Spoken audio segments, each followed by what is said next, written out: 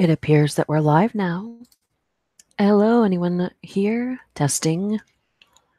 Anyone here? Hello, hello, hello. Sorry, you will occasionally hear me sip.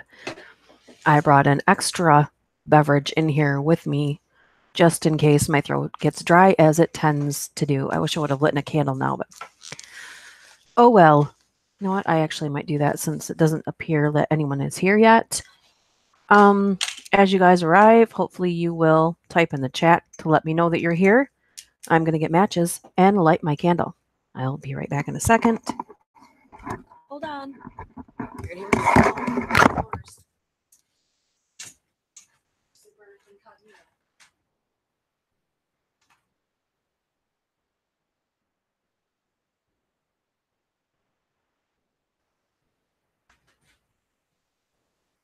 Still don't see you having a chat. Oh, wow. I heard that chat.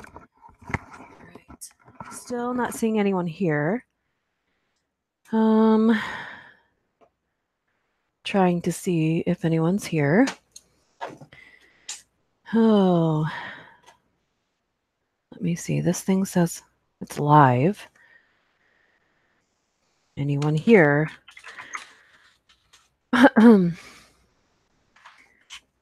I don't start to read until I see responses from people. Otherwise, I'm just going to be talking to myself, which is what I do all day anyway.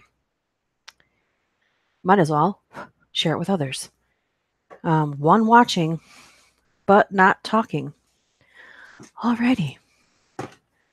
We will wait until I see responses in the chat, as per usual. Wow.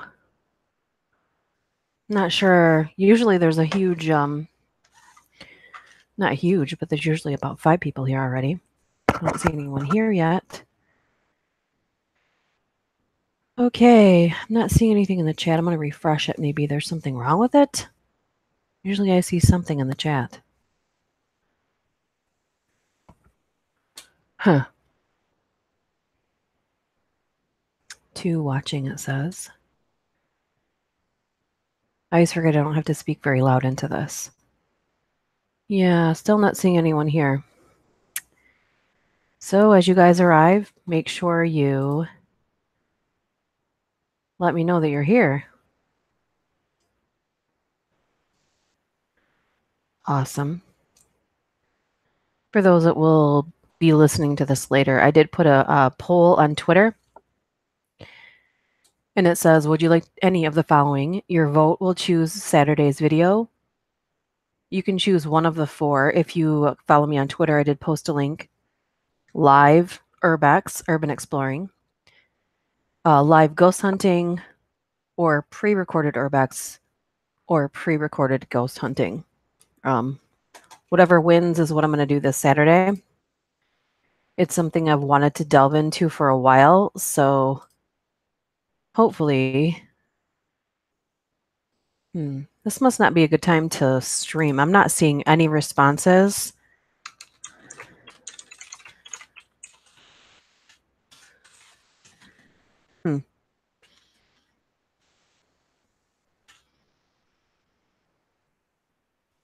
I think I'll wait about 3 more minutes, and if I don't see people here, then I'm just going to cut it. Because I'm not going to read to myself. I do that all day anyway.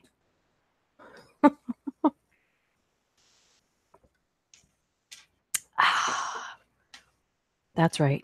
You heard me sipping pop. Whoever is here that's not saying anything. Okay. This live stream might just become non-existent. 2 watching now, not saying anything. So if you're watching now, 3 watching now. If anyone's here, I need you to type in the chat, or I'm going to have to cut the live stream because it appears that no one's here. It doesn't look like... I'm not seeing a response from anyone here. Huh. That's really strange. I'm going to refresh it again. I'm not sure if something's wrong with it.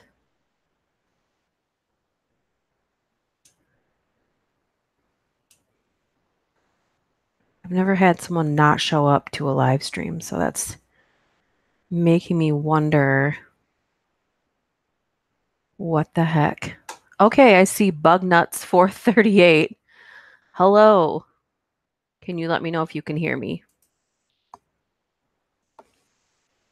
Bugnuts 438. Yes, I love the name, by the way. It's hilarious. I don't know if it's hilarious, if it's meant to be hilarious or not, but it's funny. Thank you for responding.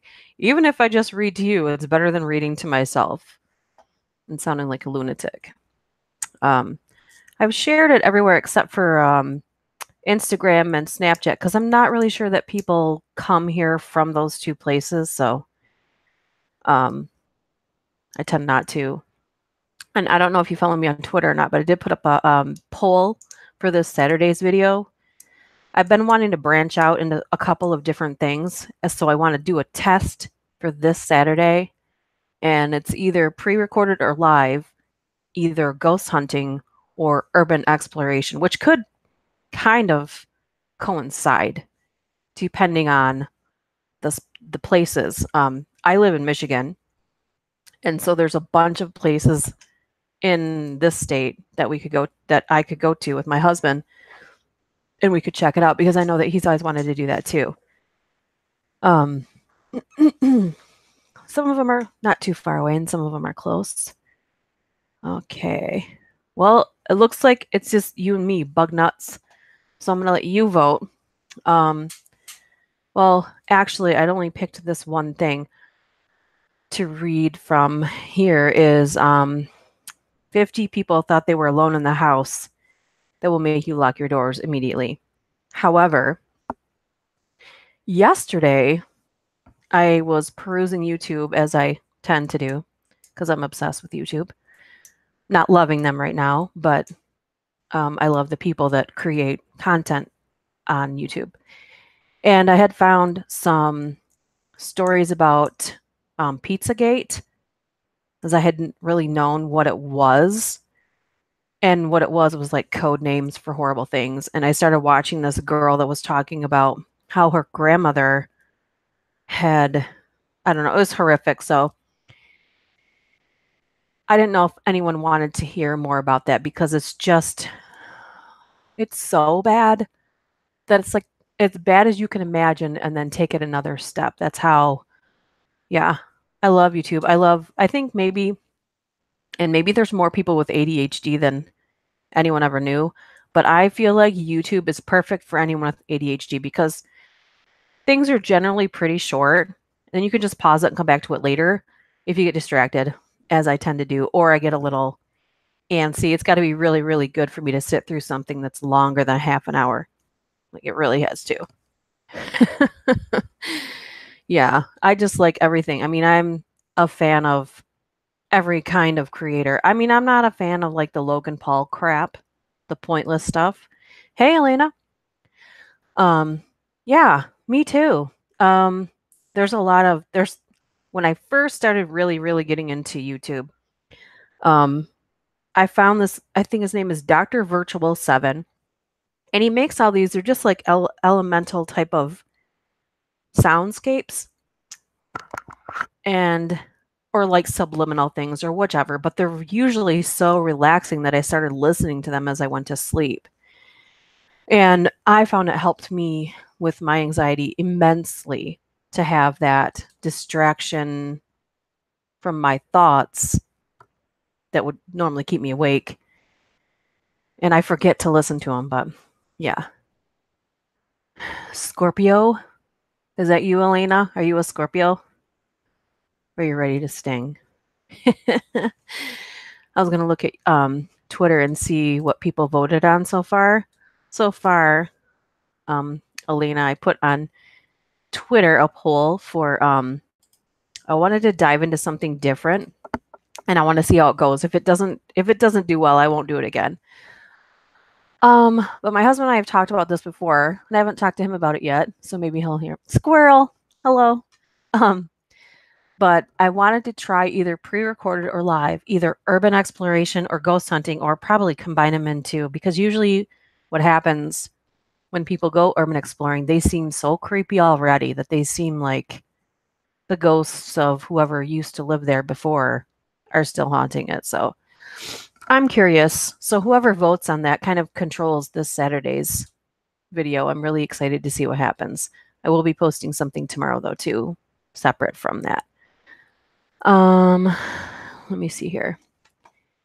We are going to read today. I pre-read a couple of these and they don't seem to suck. So if you've heard them before, I'm sorry, but this is pretty new. That doesn't mean the stories are. But this seems to be pretty new. So I'm going to read this first one. This is literally 50 stories of how I thought I was alone in the house that will make you lock your doors immediately. That's the title of this section of stories. So I spent 6 months living alone in a cabin near the end of a dirt road in central New Hampshire. Nearest neighbors were a quarter mile away or so up the road, so it's in an area where people definitely keep to themselves. Had all sorts of animal visitors, bears on the porch, you name it, but never random people around. One morning, I went out to my car to go to work. It was spring. We had a late frost. On the rear window of my truck, someone had written, "I watch you," with their finger in the frost. I had never had an actual problem the rest of my time there, but that freaked me out. Have you guys heard that one before? You know what? In this day and age, I don't think it's paranoia. I think it's, I live in I'll call it a great big small town in Michigan. And, there's been a lot of people that are trying to take people from Target and Walmart, specifically heightened in the last week or so. And people are like, "Oh my God, I can't believe this is happening here." I mean, it's always happening all over the place. The reason you're hearing about it is because someone else took to Facebook or something else to talk about it. And then the police were like, "Oh, we're investigating this." The most recent one was a woman was shopping in Walmart and a man with an empty cart was following her through the store. And it was very noticeable. So she got the manager to walk her to her car. Hey, damn gypsy. She got the manager to walk her to her car. And when the manager did, they noticed that the guy that had the empty shopping cart had walked out to a windowless red van, and the van sped off. And it was too fast for them to get the license plate. My point is, this is always going on all over, no matter where you live. No matter how safe the safer you believe you are, the more at risk you are because you're going to be unguarded. Now, my point is, don't be scared. Be alert. Be aware of your surroundings. That's all. It could be a perfectly sunny, bright middle of the day and you're shopping and you go out to your car and that's what happens. They're waiting for people that aren't paying attention, who are not expecting it. And it's awful. Bugnut says, "I usually put these on and listen whilst at work. I got the day off, so listening from the comfort of my couch. It's hot here in Ohio. I've heard these stories on the news." Yeah. And my point is, it's always something that you should be aware of. It's these people that are taking people to sell them or do whatever they're going to do. They've been doing it for years. It's been going on since the beginning of time, actually. Trading people, selling people, stealing people has been going on forever. It's heightened when it's in an area where people don't expect it to happen. And that doesn't mean it hasn't happened before. It's just when you hear about it all of a sudden, that means someone with a big, big mouth, is making sure other people know. Oh boy. Hey, Gina. I don't know if I told you, but I did get yours. I saw your email with your story. Didn't read it yet. And Bernadette sent me one too. Dab. Okay. We're on 50, and I'm just going on number 2 right now. 50 people who thought they were home and alone no, 50 people who thought they were alone in their house, stories that will make you lock your doors immediately. And we're only on number 2. After this, I'm not gonna count anymore because I'm going to lose count. So, all right. So years ago, my parents had their garage converted into a large bedroom. It's full of junk now. And this was where we all played games. I was about 10, and it was only the second or third time I had been left alone in the house while my siblings were all away for one reason or another. Naturally, I was up all night. Wait a minute, you left a 10-year-old? Anyway, naturally, I was up all night playing on our PS2 in there, having a blast. I didn't know how late, but pretty late into it, I suddenly started to hear someone tapping on the window. They really went all out with the extra bedroom and actually replaced the garage door with a wall window you'd find on any house. So, bolt, doorknob locks, whatever, the whole shebang. So, I didn't realize it wasn't a sound produced by my game for a full minute or so. And the sound, like someone drumming their fingers really quickly, kept going without stopping. Oh no, it's probably more like... I finally really noticed it when the doorknob rattled and the sound moved to the door, which made it louder. I freaked right the hell out and snuck to the door, double-checked the locks. They were both unlocked, but the door tended to jam and act like it was locked unless you put a lot of effort into it. I locked both locks loudly, so the person would know they definitely couldn't get in. But I just heard a gruff older man laugh, and the sound got louder.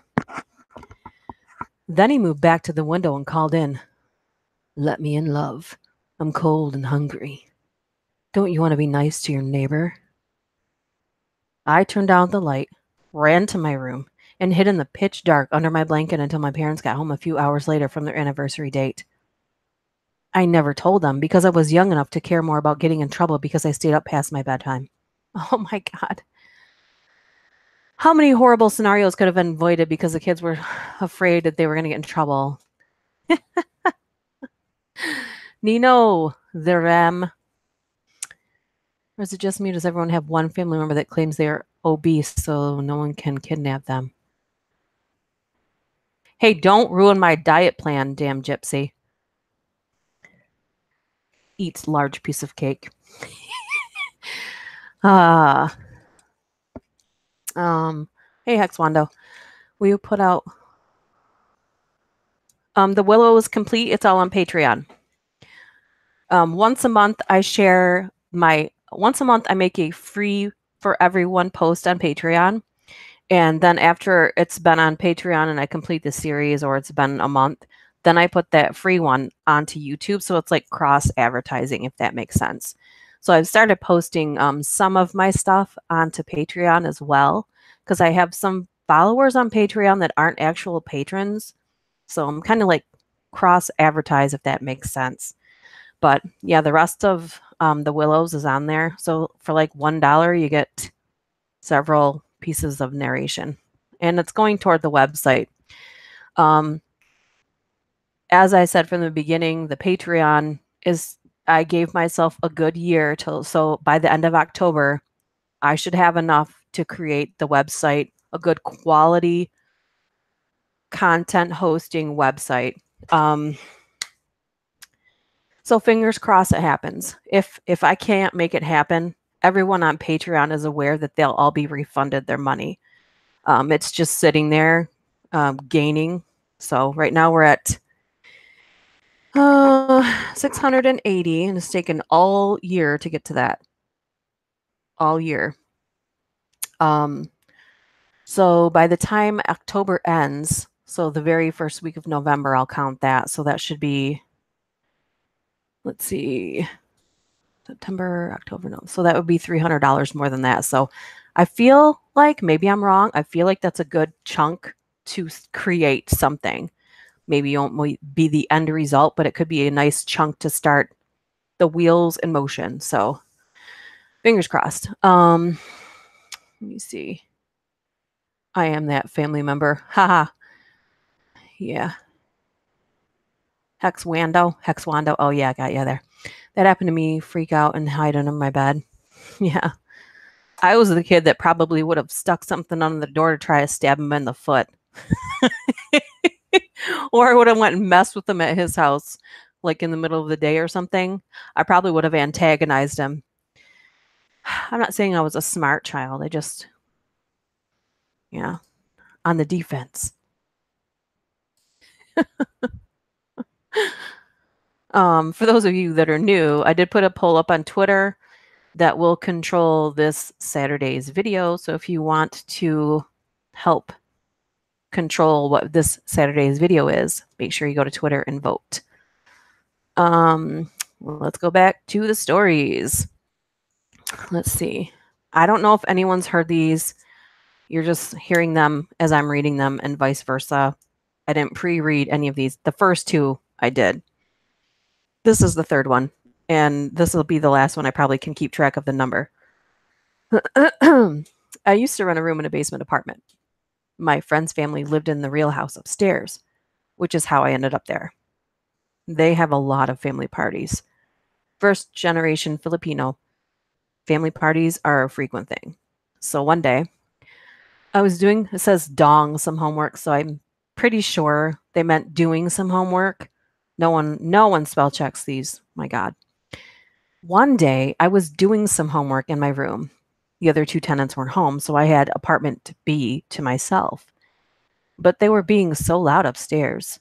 I was having trouble focusing. So much chatter and feet moving around. Sounded like dancing was going on.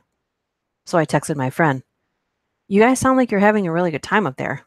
I'm not really getting anything done. Can I come up?" He texts back, "No one is home. We went to Wisconsin for the weekend." I went outside, saw that no one's car was there, and no lights were on in the house. I proceeded to just go for a walk until someone else got home. Ooh, that's a good one. Dun, dun, dun. Does that happen to anybody else? Ooh.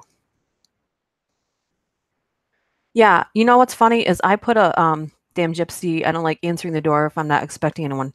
I don't answer the door if I'm not expecting anyone. I don't answer the phone if I don't know who's calling me. You know, like people get all these telemarketing calls all the time.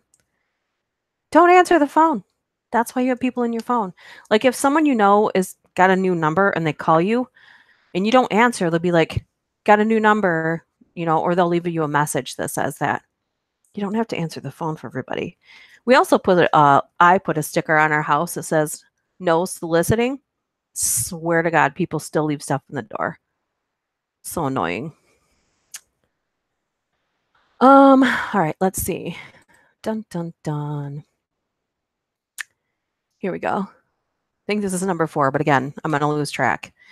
Last year, I was renting a house in a small, economically depressed old mining town in Appalachia. I lived alone. On one of the first warm nights of spring, I woke up at around 4 a.m. to the sound of my doorknob turning. I figured someone must have the wrong address, but it kept turning persistently.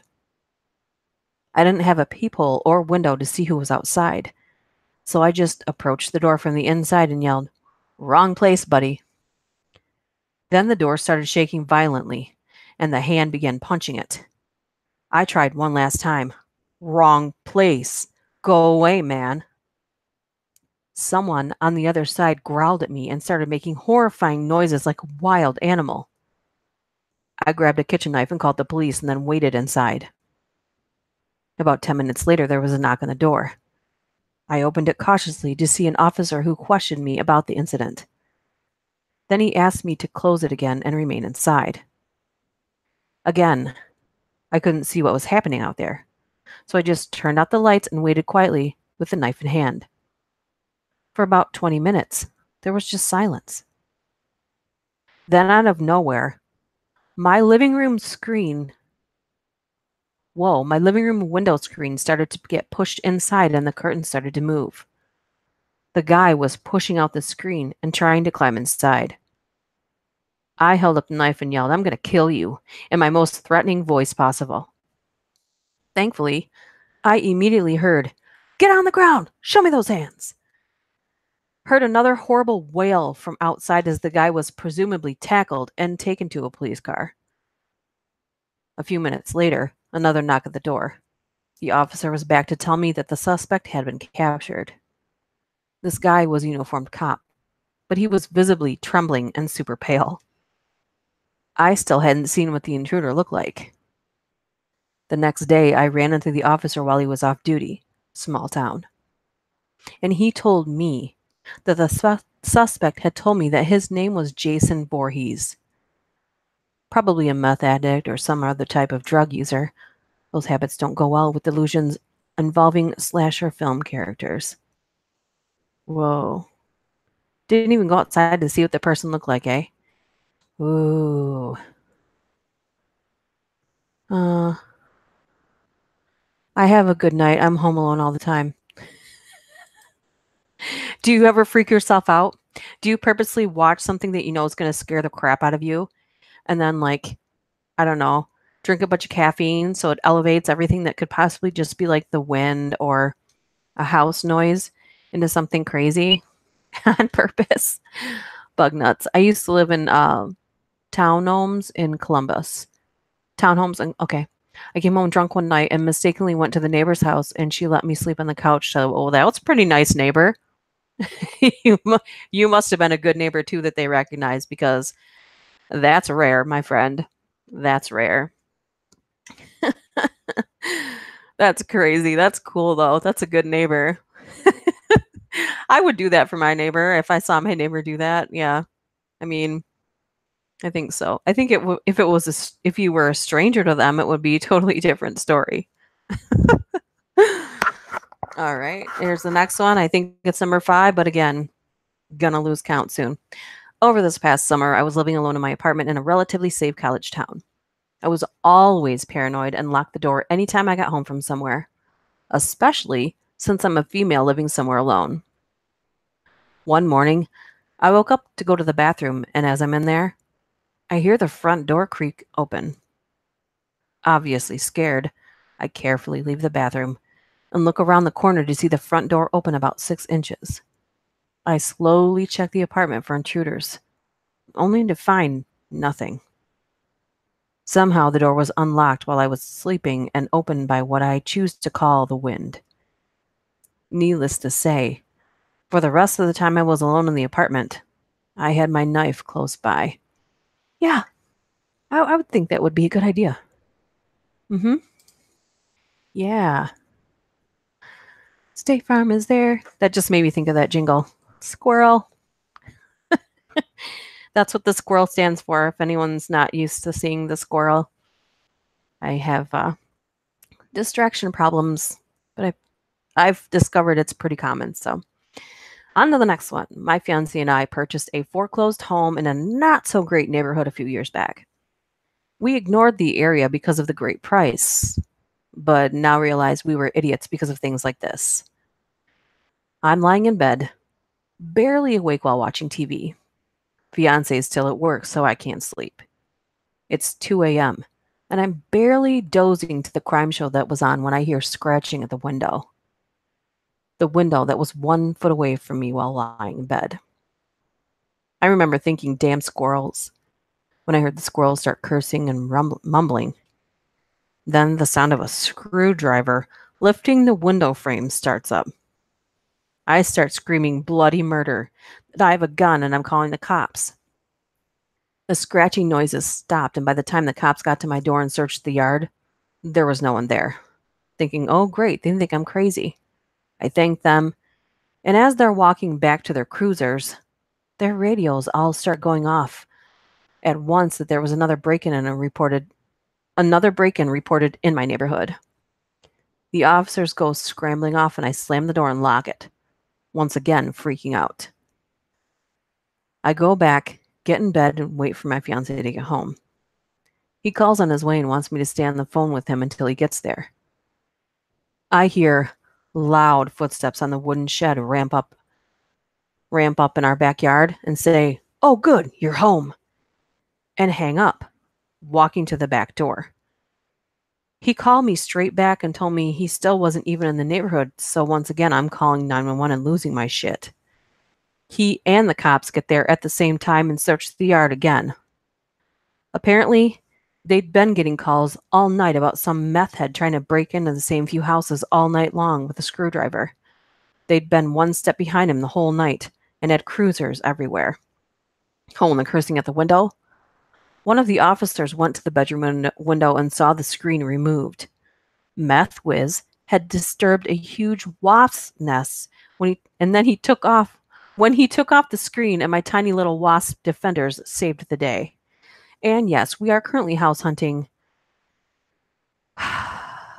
This is sadly not a one-off. Oh, one incident. Checking the chat. Hello, Nightmare Files. All right.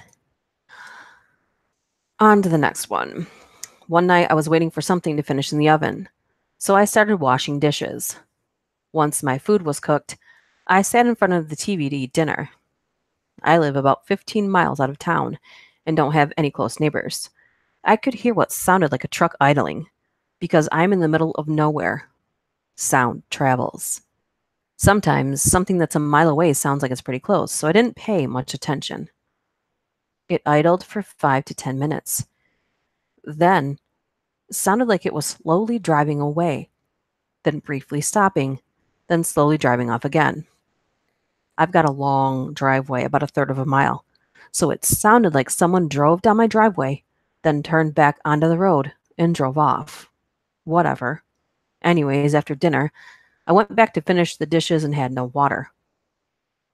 The only thing I could think of was that maybe the breaker had tripped for the well. On the pole outside, there's a breaker box that only has a couple of switches and a main switch. The smaller switches control the well pump and an outlet. The main line to the house isn't on that switch. It goes to the breaker box inside the house. I get to the breaker box outside, and the door is open, and the main breaker is off. So the noise that I heard was someone shutting off the breaker and waiting outside. I guess they thought it would shut off the power to the house and I'd come outside to investigate. I locked my gate for the night, and then again when I left for work that next morning. It rained most of the day, and when I got home, I could see where someone had pulled up to the gate, found it locked, then did a 3-point turn around in my driveway. I locked my gate at night for a long time after that, but I always lock it when I'm away and keep a shotgun and a .357 handy now. Yeah, there's the drawback to living in the country, but still worth it. Yesterday, Elena says, yesterday I walked in our front yard and someone just stopped their car and looked like taking notes. Probably because our grass is long. Great way to creep me out. Next time somebody does that, start taking pictures of them. Because that's a good way that people case your house too, by the way. So take pictures of them. That way you also have a license plate number to report to the police. Just saying, we always have our phones on us. We always have smartphones on us. Use it for that, for your own protection. That was another thing I was going to say too. If you feel like you're in an unsafe area, take pictures. Have your camera ready. Have your phone unlocked so you can call someone or take a picture. Anyways, James Elkins, hello. Back to the stories. I'm proud of myself for not getting too distracted today. I'm doing better. Maybe it's all the caffeine I've had. Anyway, we're reading 50 stories of I thought I was alone in the house that will make you lock your doors immediately. So far, so good. I would say thumbs up with these ones. Last live, they kind of sucked, or was it the one before that? I don't know. I've been doing a lot of live streams lately, so. Anyway, also make sure you vote on the poll on Twitter that will control this Saturday's video. Yep, Squirrel. Someone's going to say Squirrel. But this Saturday, I would like to try either live or pre-recorded, either urban exploration or ghost hunting, or combine the two, or something of that. I'd like to try it out and see what the response is, because I personally love watching those. So I'd like to see how you guys like them. So I'll either get a great response or a lot of thumbs down, but I'm someone that feels like if you want to try something, you have to try it out. And if it doesn't go over well, it doesn't go real well. What can you do? Just got to try it. Autumn. Squirrel. I feel like I should have merch that just has a squirrel on it. Squirrel. Okay. Back to the stories. I was looking after my mother's house for a week while she was on holiday. She had 2 cats that come in and out of the house via a cat flap. Very nice animals. Always cuddly and playful, even when they were old. So I get woken up in the middle of the night by loud meows from downstairs. I thought maybe the cat flap was stuck and they wanted to get out. I go downstairs and check and open the hallway door, and there are at least 15 black cats sitting in the hallway staring back at me. Then I see my mother's cat sat against them, just chilling and meowing happily. I left them all to it, and they were gone in the morning. Okay. Cat cult. Cat cult. Okay. Next story. My 2-year-old kid was at my mom's for the night, eating delicious dinner with good conversation when we heard over the... Okay, she must have been there too. She made it sound like she left her kid there. Anyway, they were eating delicious dinner with good conversation when we heard over the baby monitor at our 2-year-old's voice, "Oh no." So, okay, my 2-year-old kid was at my mom's for the night. So they're home alone without their kid. They forgot to set that part up. So they're eating delicious dinner with good conversation when they heard over the baby monitor our 2-year-old's voice clearly for about a minute. We both sat in shocked silence. I went and checked, and of course she was not there. My wife and I still don't like to discuss it to this day. Dinner was creepy the rest of the night. Fuck baby monitors. Oh my God, that would scare the crap out of me. Oh my gosh. I think I've only seen like one story where people talked about baby monitors, so I think that would be an interesting one. On to the stories. My dad built me a room in the basement as a kid. It was awesome to have privacy. When I was young, it was scary, but the usual stuff. Hum, glow of the furnace, hearing creaks in the ceiling above, the occasional spider that haunted my dreams. Normal stuff I got over. Fast forward to university. Still had the room and would sleep in it when I went home on weekends, holidays, or whatever. Started to experience the craziest shit when I'd be home. What I recognized as creaks when I was a kid sounded like full-on footsteps upstairs when I was sure no one else was home. I'd investigate. No one was there. But I'd go back and they'd return, so I was sure I wasn't alone, but could never find anyone home. But I'd find random things sometimes, like soup cooking, boiling over the stove. Then I started to notice shit moving around my room without me noticing. I'd be playing video games, put the controller down, turn to answer message on the computer, turn back, and the controller would be gone from where I put it. The game turned off. I seriously believed in ghosts for a bit.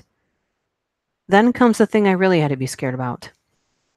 It was that the furnace was broken and spewing carbon monoxide. If I'd been now, I would have recognized the famous Reddit story, but back then, no idea. I could have died, and that's the scariest part. Yikes. Ooh. Dun dun dun. There was, in that video I just did Saturday, hey Roger, in that video I just did Saturday, there was, the mom had a dream about them dying of carbon monoxide poisoning, and they had just moved a week later, and they turned on the news, and there was a story about it, and then they showed it, and there was a house that they had just moved out of. So always trust your gut, guys. Always trust your gut. Always trust your gut. Moving on. All right. This one. I don't know why, as soon as I read that first sentence, it made me laugh. And I'm not going to be able to get through this without laughing, even if it's a scary story. I was slapped hard while I was asleep. Woke up with my cheek hurting and my ears ringing, and I lived alone at the time. That ghost is a dick. Another less creepy after the fact story I remember was when I was crashing at my uncle's for a couple months in the summer. while he was at work, and sometimes at night I would hear a woman yelling, "Hey, you there?" At first I was very freaked out, but a couple times during the daytime, I'd look for the source and try to talk to her. She never replied. I asked my uncle after a few days, and it turns out it was the pet parrot of the guy who lived across the hall. I had heard him before making weird noises and screeching, but never had I ever imagined it could have replicated a woman's voice like that. But yeah, I did see him do that in person sometime later, so nothing paranormal there at least. Except for getting smacked in the face while you were asleep. Maybe somebody just walked in your house and did that, though. That's fucking hilarious. Oh my god. Oh no. Schmeister. If you guys don't know, Schmeister's commute is 2 ways to work and 2 hours to work and 2 hours back from work. So everybody give him a hand because that is some patience right there. Patience of a saint. Seriously. Oh man, that is patience. Okay. Next story. Once when I was around 12, I was home alone taking a bath. I was rinsing my hair underwater, and when I lifted my head and I realized I could suddenly hear what sounded like footsteps walking across the landing. Both my parents were at work, and I knew it was far too early for them to be home. So I was entirely freaked out and convinced that someone had broken into the house and was walking around stealing shit or whatever. I had no idea what to do at all. I was so freaked out. I was sat in the bath, naked, with no phone or any method of calling for help, freaking out that surely the intruders were going to find me. Or even worse, they already knew I was there, because surely they would have heard the noise of the water from me moving in the bathtub. I essentially froze and sat there and panicked for who knows how long before I decided to make a moment of bravery. I figured that they knew I was in there anyway, so I waited for a gap in the noise. That to me signaled they had gone into a room. I opened the bathroom door a crack so I could see what was actually happening. I opened it and waited. Soon, the noise of the footsteps began again on the landing, and from my vantage point, I could see the entire landing. There was no one there. No one had broken into the house. Dun dun dun. Has that happened to anybody else too? Like you swear you hear somebody there, but there was nothing? I mean, I've shared with you guys, I see and hear stuff all the time that's not there. I'm not crazy. No one's had me tested, but I'm just saying. I just wondered. Talk amongst yourselves. I'm moving on to the next story. This happened to me 2 days ago. I came home to my kitchen and living room windows both open. A little suspicious considering it's winter and my main goal is keeping the heat in. Called the guy I'm talking to and asked if he opened them. Confirmed. While still on the phone with him, I walked to my bedroom and saw both my space heaters in the middle of the room, blasting heat with a towel in both in between both of them. Okay, I read that wrong, but whatever. Knowing I left the house with both of them off and not in that location was really strange. Still on the phone with the guy, I was asked if he did this and he replied no. After he left, I left. I walked over to where the towel was and picked it up. It was wet and had a weird smell. Not pee or anything. Basically the weirdest because I don't know what happened and the guy said he still didn't know either. So the mystery is still definitely unsolved. I mean, I don't think that's much of a mystery. It sounds like somebody broke into your house or you weren't there, took a shower and tried to dry the towel before you got home with the space heaters. And maybe they opened the windows because they smoked in your house and didn't want you to smell it, but whatever. Just guessing. Checking the chat. Checking the chat. So I'll just say code word squirrel. Hashtag squirrel. Squirrel. You guys can probably hear me typing too. That's my nails. I was home with my sister and I happened to look out the window when I saw a woman skipping down the road singing. Okay, kind of weird, but she's enjoying herself. Then she slows down, stops, kneels down in the road, and sits dead still for an hour. I told my sister not to go outside while she was there. I kept checking on her every once in a while. After a while, she stood up, started skipping and singing again, like nothing happened. Whoa! That's scary because it's unpredictable what they do next, quite frankly. Um, yeah. Yeah, I know. My daughter has one in her room, but if it tips over, it turns off. And it's just an electric one. Um, I highly recommend never putting gas or propane or anything like that in a small space. Like if you're in a big garage or something like that, then I think you're probably going to be okay. But as long as you don't have stuff around it that can catch on fire. But yeah, I'm going to have to skip this live and watch the next one. Oh, thanks for coming in, Phantom Zone. Just kidding. Thank you for coming. All right, on to the next one. I was home alone when I was about 13. Mom was at work and my sister was at school. I skipped as I always tended to do. It was about 1 p.m. when I picked up the phone to call my mom. And this was when the landline phones were more common. So it was one of those pick it up and dial tones. But as you know, if you picked up a landline mid-conversation, you'd join the phone conversation too. Or at least you could listen in if you had multiple phones in the same house. We only had one phone in the house, and it was this one. The only TV on in the house. The only TV on in the house that was on was in me and my sister's room. And it wasn't loud enough to all be heard downstairs where the phone was, so this definitely fucked with me. I picked up the phone, and instead of a dial tone, I heard static, but not loud static. More like white noise you'd hear over the phone when it's quiet on the other line, you know? Then I heard the voice of a young English girl, which is also weird because I live in Scotland and didn't know anyone from England. And she said, "Can you put that down, please?" To which I got a little spooked and answered, "What? Hello?" She didn't seem to hear me, or if she did, she didn't want to answer. She just kept saying, "Please stop that. Don't do that. Put that down. Please stop. Please put that down. Don't touch that." In a sort of calm voice. Almost, ouch, melancholic. I hit my hand on the desk. But getting more and more upset. I asked again, "Hello, who are you?" And then heard the sound of fabric rustling near the phone like someone was shifting, and a grunt like a person would when getting up.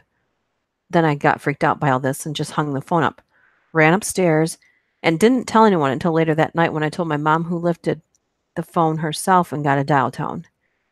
She, of course, didn't believe me. She was skeptical, but obviously disturbed by how upset I was over it. I think about it every so often and feel a little sick. I didn't know what to do at the time. I just freaked out and bailed.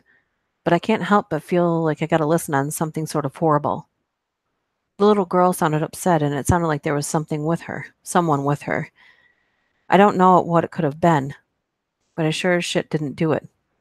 This was 11 years ago now, and I've since moved out of the house and live in my own apartment. Yikes. Oh, this working still? Okay, it looks like it's working still. Came back and it looked like it was buffering for a second there. Briefcase. Can you say that in an English accent? Little girl was supposed to be Scottish, so let me see if I can say it in an English accent. I don't think I can. I don't know. If I'm reading a story to myself and I'm recording it for you guys, I can do accents. But when you can you do that right now? Like, oh, I don't know if I can or not. I can try. Think about it every so often. I feel a little sick. I didn't know what to do at the time. I just freaked out and bailed. I don't know. I don't think it's very strong. And plus, I don't think it's much different than how I read right now because I don't know. It's like I have a little bit of a speech. What's it called? I tend to sound differently anyway. So, yeah. Unintentionally, I will say things that sound not English, but it's never intentionally. It just comes out that way. Briefcase. Feel like I should know. Briefcase. I'm gonna look you up. Briefcase. Briefcase. I know you have a channel. Am I right? Am I wrong? Somebody help me out. I'm so behind in watching other narrators' stuff. Let me see if I can find it. If you have a link, can you share it? That would be fantastic. So I just did a search for it and I'm not finding it. Of course, there's 4,000 videos on briefcases. Oh boy. All right, let me just go back to the chat and see. All right. Make sure this is working. And it is. Back to the stories. Okay. I was home alone just a few years back, and my parents tend to go out to a dance club a couple towns away, small town, and don't get back until about 4 or so in the morning. Damn. This day, like any other, I was sitting in my room next to my window watching something on TV. Who knows what? Probably Scrubs. My bedroom window was fairly big and frosted with a dark curtain covering it. It sits directly next to our front door, which leads to a porch. It's about 2 in the morning, and suddenly I hear this loud banging on my window, not a foot from my face. Confused as to why someone would hit my window so hard, I wait a minute or so to see if someone calls out or knocks again when suddenly 3 more desperate knocks on my not-so-thick window. At this point, I start comparing my situation to that of a horror movie and convince myself that checking will lead to a certain death. I finally grow the balls to check who it is from the inner door of the porch and see a faint movement in the parking lot in front of my house. There he was, a man, raggedly dressed, not menacingly, but incessantly pacing back and forth. I now decide my best course of action is to call the police, and later find out that he had broken into an office building across the street and a couple cars around town. Not sure what happened to the guy, or why things turned out the way they did, but I'm really glad I didn't answer the door. Jesus. My God. Oh my gosh. Mort is so nice. I believe he will also be putting out an audiobook. I have to touch base with him again because he was asking me about it and saying it was a little more difficult than he thought. And it is, just because it has to be perfect. You can't have any background noise, because usually if there's like a click or something, I'll forget it. You can't have that in your audiobook. You have to have them completely. So the editing of the audio is brutal. And then there's certain specs that you have to have for it when you upload it to Audible. ACX is the same thing. Sort of, but Audible will pay you more. Anyway, besides the point. So I'm really hoping that he should have something out soon. But I have to ask him again if he figured it out. Man, Mort is a very, very, very nice person. I tell you that. Yeah, he is. I didn't get the title. And if I did, I'm not sure because I'm not sure if you're supposed to share it or not, because I have one in the works too, but I'm not sure. Sometimes people will contact you to do audio work for them, and they want things a specific way that you just can't deliver for them. And even if you can, it's going to be so much work. Like, I'm not sure that it's actually on point though. Funny, Autumn. Momentary squirrel moment, but sometimes audio is a little more complicated than you might think, and it doesn't always work out like you think it's going to. And that's okay. Not everything is supposed to be what you think it's going to be. Anyway, back to the stories. When I was 10, we lived in an old and really historic building downtown that most people didn't realize was a residence above the first commercial floor. Those are my favorite apartments, by the way. Anyway, one day my mom went across the street to the co-op to grab just one grocery item she had forgotten, and I'm sitting on my bed reading. It was a small town, and she had left the front door unlocked, which was usually not a problem anyway, because there was a second floor door on the street level that led to some studio spaces we rented out. So I'm sitting there, and all of a sudden an older man wanders into my room and asks me if I mind if he looks around. And I tell him sure, even though I'm really creeped out, because I figure he must have been there for a reason, and I don't want to make him angry. So he wanders around my house for a while. He thanks me and leaves after just a little bit, during which time I am probably properly freaking out. And then my mom comes home. I tell her what happens, and she flips out. Goes running down the stairs and out onto the street and literally chases this guy down several blocks until she catches up with him. She gave him an earful about not taking tours of what is clearly a private residence. He explains he thought my house was a museum or something, which was sort of understandable if you had saw my house. When she came back, she assured me it wasn't my fault in any way, but I was so shaken for days. I just kept thinking about what might have happened to me if he hadn't been a nice dude to me, or if he had stolen something, and how easy it was for random people to apparently just wander into my house. After that, we put up a private residence sign and all carried keys. Oh, yeah, that's a bummer.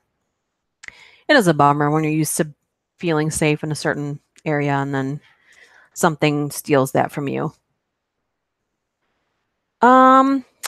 Well, we've been on here for about 55 minutes, but I did pick a huge chunk of stories, so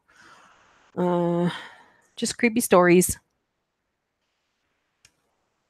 Briefcase, if you're still here, will you please come back and leave the link in the comment section so people can subscribe to you? Anyone else as well. Always make sure you do that.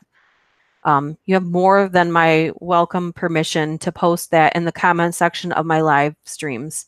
Because I don't know if it'll let you do it in the chat right now, but if it doesn't, make sure you come back after we're done reading, or after I'm done reading, and put it in the comment section so people can go to your channel and subscribe to it. Okay? Okay. Or anyone else that has the link to his channel, please do that. But I don't think it'll let you do it now, and that way also other people that come back and listen to this later can go to his channel. Okay? Okay. Moving on. Squirrel. I moved into my place a couple years ago. 2 weeks into it, there's a little flower necklace in my mailbox one day. All right, whatever. I throw it out and keep on trucking. Next day I came home, and there's a pair of sunglasses that looked female to me, but could probably work for either party. And a note that basically says, "Hey, I think you'd look good in these. You should wear them next time we're together, blah, blah." So clearly this person probably thinks I'm somebody else. Again, I ignore it, keep everything as evidence if needed, and move on. 3 days later, I come home and check my mailbox expecting there to be something. Nope. Okay, cool. They fucked off.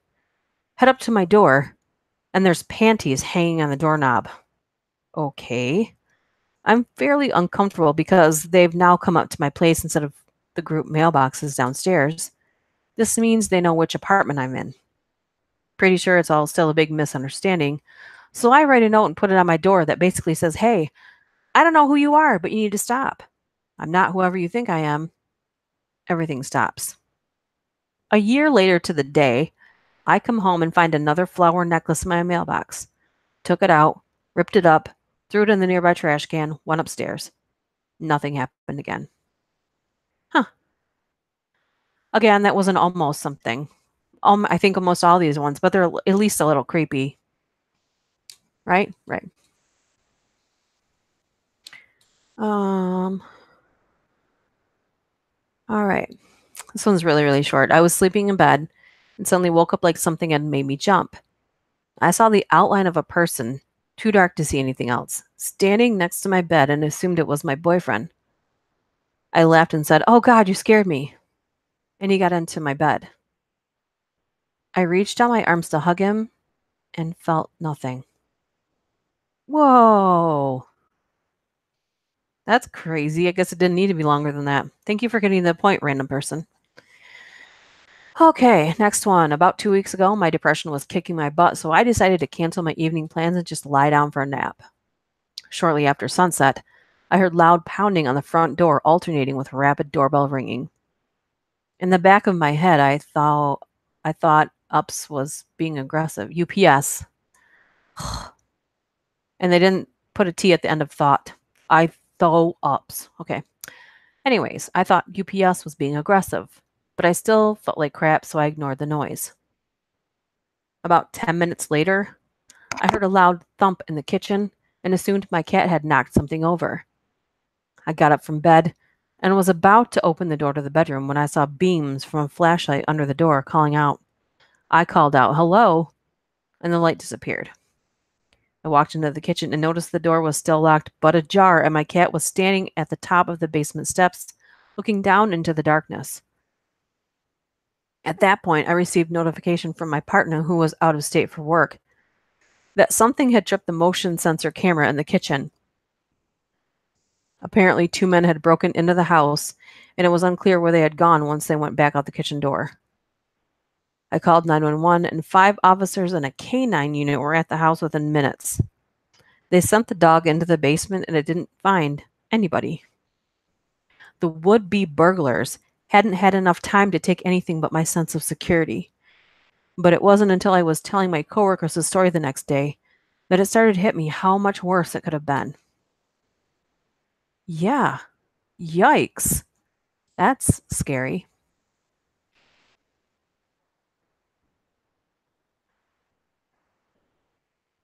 Oh, yeah. Yeah, I'm never sure what time is a good time. I think it's mid-afternoon, like noon, 1, 2 o'clock is a good time because that kind of hits everybody in the US, and then the UK, it's a, let's see, 5 hours. So it's early evening there. It's about dinner/supper time. Swishy Ishy finally caught a live stream. I don't think I've ever seen you in a comment section. I mean, if I have, I'm sorry if I'm forgetting. It happens. Oh, that's good. Let's not meet. Yeah, I don't know if they're Let's Not Meet. This is from Thought Catalog, so I don't know if they're stolen from that or not, but I tend not to go to Reddit. I'll meet writers that are on Reddit, and I have occasionally in the past, and I haven't done it in a long time, I might in the future again, contacted writers, and then if they don't respond to me, it depends on how good the story is. Like if you've made an effort to reach out to them and they don't respond, I think you have to go from there and see like, are they not responding to anyone or are they just ignoring you? So anyway, briefcase, again, make sure you come back and put your link to your channel in the comment section so people can go to your, if I click on it, it doesn't take me to you. Like, yeah, I can't get to you. And I searched you and I'm literally seeing videos about briefcases. So next story. In late 2015, I was laid off from my job and was staying with my grandparents for a couple of months. My grandparents have 2 little dogs, and because my grandpa worked nights and grandma was away in Texas for a month, they were really glad to have someone around to feed and walk the dogs during the day. One night when I'm home alone, I'm relaxing in the tub, when through the skylight in the bathroom, I can hear whispered, hushed voices that can only be coming from the back porch. I think I must be hearing things. But then the dogs start barking their heads off. My blood runs freezing cold. I leap out of the bath, pull my clothes on, and run to the porch. But whoever was there was already gone. I took a shovel and walked the perimeter of the house, but found nothing. After that, Grandpa updated the security system. That reminds me, last week, somebody stole my husband's bike from the side of our garage. Usually we keep them in the garage, but my stepson forgot to put it back in the garage, which normally would have been fine. We've had stuff outside forever. No one bothers it. The worst part is that our dog didn't hear it. So that means that someone was like on the side of our house and we didn't hear it. That's what bothers me the most. And the weird thing is it's like in the evening when I'm home, there's been a few times when I've been home alone and my dog will like all of a sudden she's at attention, and we have very large, we have like policeman flashlights, so you can see you can see the whole property if I hold it up at the top of our slider, our door wall or whatever you want to call them, and just scan it, and I can see like the whole back of the property. The problem is you can't see the side of the garage unless you go into the garage and look out of the garage door. But the other problem is like the garage outside door has like the square glass panels, and then the house door coming in from the garage has the same thing. So if someone was standing at the outside of our garage door peeking into our house, they could look in and we wouldn't even know they were there. So I'm thinking we need to get a security system at our house too, because the house that's on the other side of us is for sale. That recently got delisted because there was too much work to be done that needed to be fixed before they could sell it. Long story short, it's been empty for a long, long time now. And it's pretty noticeable that it's been empty. I don't think she can hear. She's a white boxer. And my other dog that was like her passed away in June, if you didn't know that already, which most of you already knew that. And she could hear everything. And she was like the dog that people would be afraid of. But Trixie's she's a lover, not a fighter. But she can't hear as well as my other dog could. So she never was on alert like that. If a fly landed in our front yard, our other dog was going crazy. So it is different not to have that around, definitely.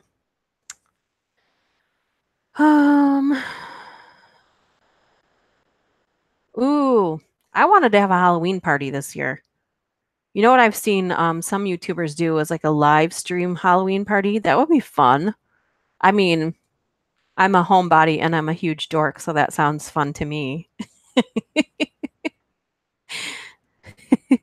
Oh my gosh, Bernadette, I hope you send me a picture and I'll share it on Twitter and everything. That's so cool. That's so cool. I love when someone tells me that. It doesn't happen very often, so I get really excited. I hope it's good quality. That's what I'm most worried about, is it being good quality. All right, let's move on to the stories again. Okay. No joke. It was scary then, but funny now. Next door are drug addicts. Next door neighbors, I'm assuming they meant, were drug addicts. And one night my mom was at work. I was falling asleep when I heard a loud thumping. I ignored it at first, but it got more persistent and turned into loud banging sounds, and were getting louder, and then the screaming started. So I started to get scared. With my phone in my hand, went to the window and looked outside. And one of my neighbors had a maniac look in his eyes and was outside with a large tree branch in his hand, banging on me and my girlfriend's windows with it while screaming at the top of his lungs and doing a weird tribal dance. At this point, I was petrified, and frozen when he suddenly stopped, looked at my window, still with the manic look on his face, saw me, and we stared at each other for about 10 seconds. Then he dropped his stick and went back into his house. I was scared for the rest of the night, jumped at any noise. I only fell asleep when my mom got home.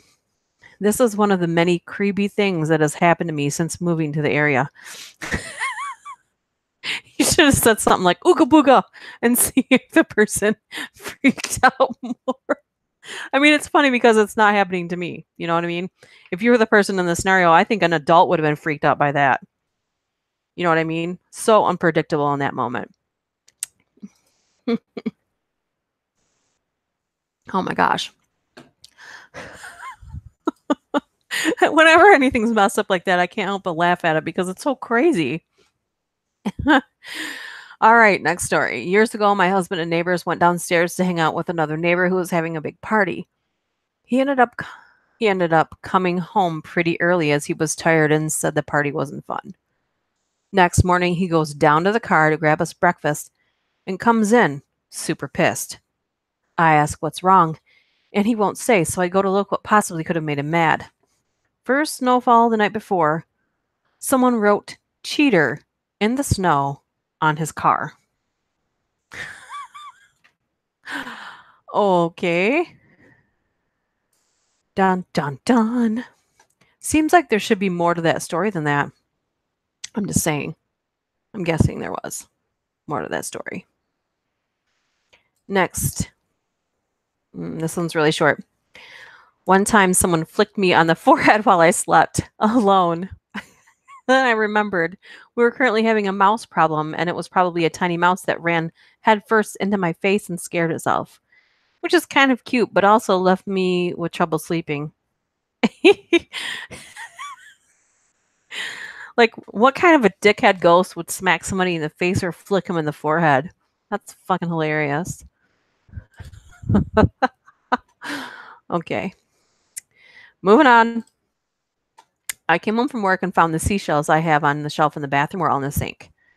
The shelf is located on the wall perpendicular to the sink with a radiator under it. So if they had simply fallen off, they would have bounced off the radiator and hit the ground in pieces. Even if they did manage to fly off the shelf and land in the sink, they still would have broken or been chipped. But no, they were all intact. A year or two before this happened, I had come home to find a little ceramic fish from that shelf sitting neatly next to the sink. I almost never touch that thing. I live alone in a studio apartment, called the landlord, and he said there had been guys working on the house, but none had gone in, and it was minor maintenance stuff only. I've lived there for 8 years, however, and these are the only weird or creepy things that have ever happened, so I think I'm good. Ooh, dun dun dun.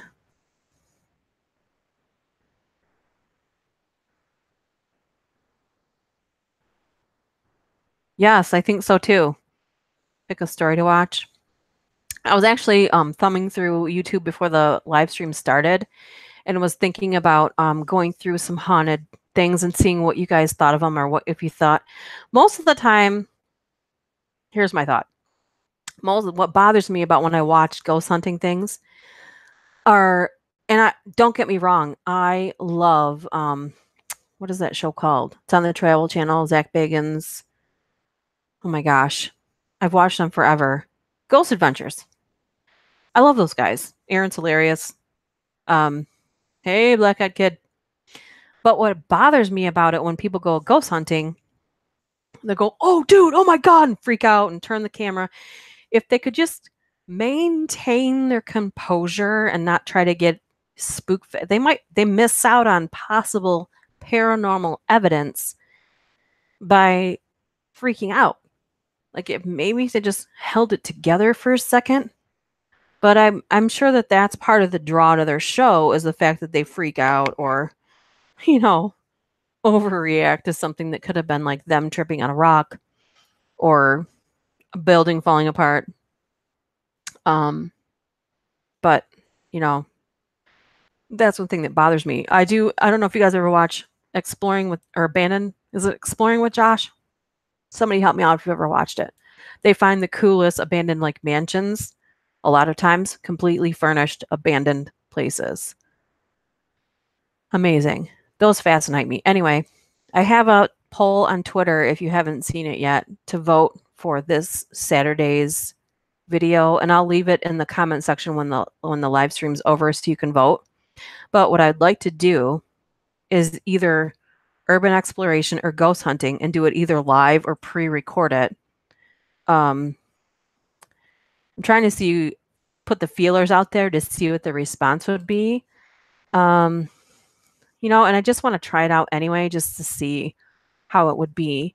I'm thinking pre-recorded would be better because then I can edit out the boring stuff. However, if you do it live, people might catch things that I would miss. So I'm not sure. So I'd love for you guys to vote for it on Twitter. I'll try and share it, or maybe just vote here and then I'll tally it all up together. But let's get back to the stories. I've lost count now. It started out with 50 and I've been reading for about 45 minutes now. So, and as you know, I get distracted and talk about random stuff in between. Anyway, at my last apartment, I got out of the shower once and discovered that the maintenance guy had let himself into my locked apartment. He was a generally really clueless guy, didn't realize anyone was home, so neither my husband nor myself thought he meant anything by it, but we were both really pissed. I was also really relieved, of course, knowing how differently things could have played out if he'd had ill intent. Okay, that doesn't even make sense as to why that's on there. Plus, the person had their doors locked, so anyway, that one was stupid. Moving on. This happened in the 70s in Australia. I was about 14. Mom and Dad and the other kids had gone somewhere, and I was alone in the house, out in the suburbs, surrounded by bushland at night. I was reading books in my bedroom when I noticed a bit of noise. I could only just barely hear it, but there was definitely a noise. Sounded like it was coming from inside the house, but the TV was off, and we didn't have a radio. Suddenly, everything was scary. A moment ago, I was having a good time, and now everything felt wrong. I put my book down and crept as silently as I could into the hallway. Lucky my door was open because the bloody thing creaked. Once out in the hallway, the noise became clearer. I still couldn't quite figure out what it was, but it was definitely not my imagination. Sounded like it was coming from the kitchen, but the only way there was through the living room. So I took a breath and crept around the corner of the hallway and into the living room. I'm on the balls of my feet, trying to avoid making any noise. Now I'm here. I can see the living room is empty, but the noise is louder still. Definitely coming from the kitchen. And even worse, I can now tell what the noise is. It's two voices, and they're having a whispered argument. Now I'm seriously scared. The only explanation I can think of is robbers. I spent about 5 minutes just standing still in the living room, deciding to try and peek around the corner into the kitchen. So as quietly as I can, I creep toward the corner. I'm moving very slowly. I even got my mouth open just in case my breath gives away. So I reach the corner and just stick one eye around. And the kitchen is empty. But I can still hear the voices, and they're louder than ever. I can almost make out what they're arguing about. Again, I stand there. This time, I'm telling myself I don't believe in ghosts, and I didn't. Yeah, how the fuck can two invisible men be having an argument in my kitchen? In the end, I start to move again, because I know if I don't do this, I won't be sleeping tonight. I creep into the kitchen and realize the voices are coming from the stove. Now, this is in the 70s, before stoves had those solid lid tops you have nowadays. They have steel coil. I bend down and put my ear close and discover the voices are coming from where the metal coils join and some electrical plug before going back inside the stove. The voices are indeed two people arguing. They're on some kind of radio talk show. When my parents come home, I showed the other kids how if you put your ear down real close to the stovetop, you could hear radio. I'm 55 now, and this is still the most frightening thing that's ever happened to me in my life.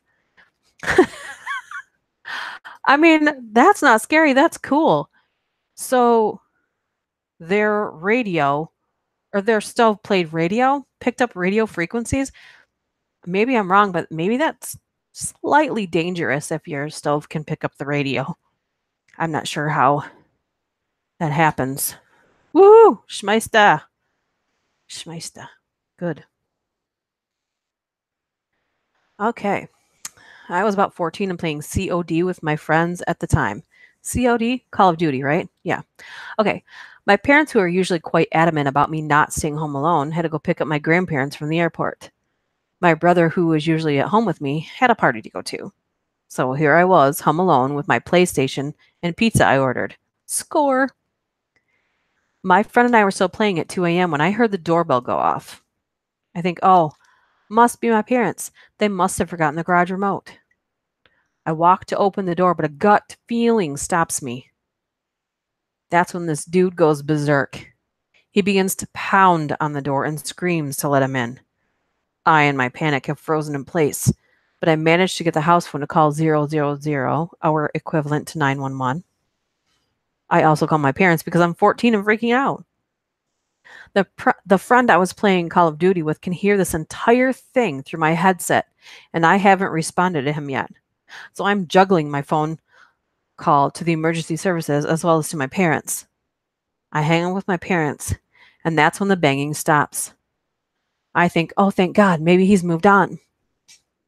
As I continue to talk to the phone operator, I begin to hear the loudest bangs I've ever heard.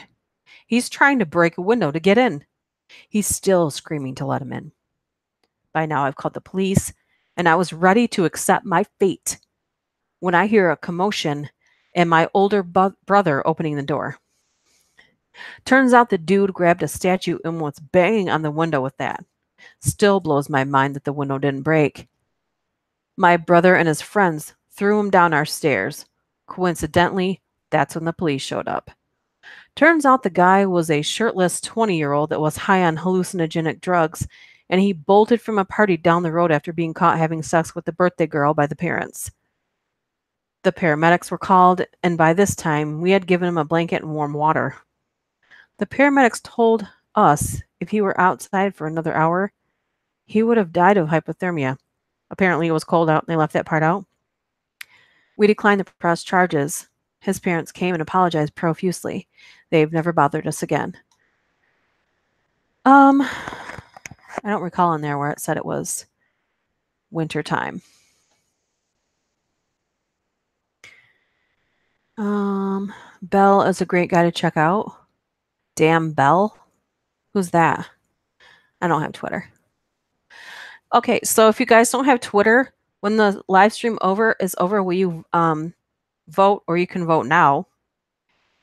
Would you like to see one of the four things? One of the two things, I'll just say it like this.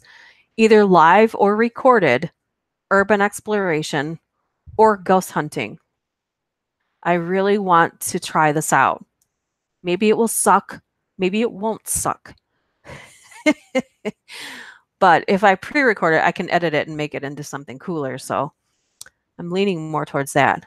Sam Bell, my bad. What's Sam Bell? Is that a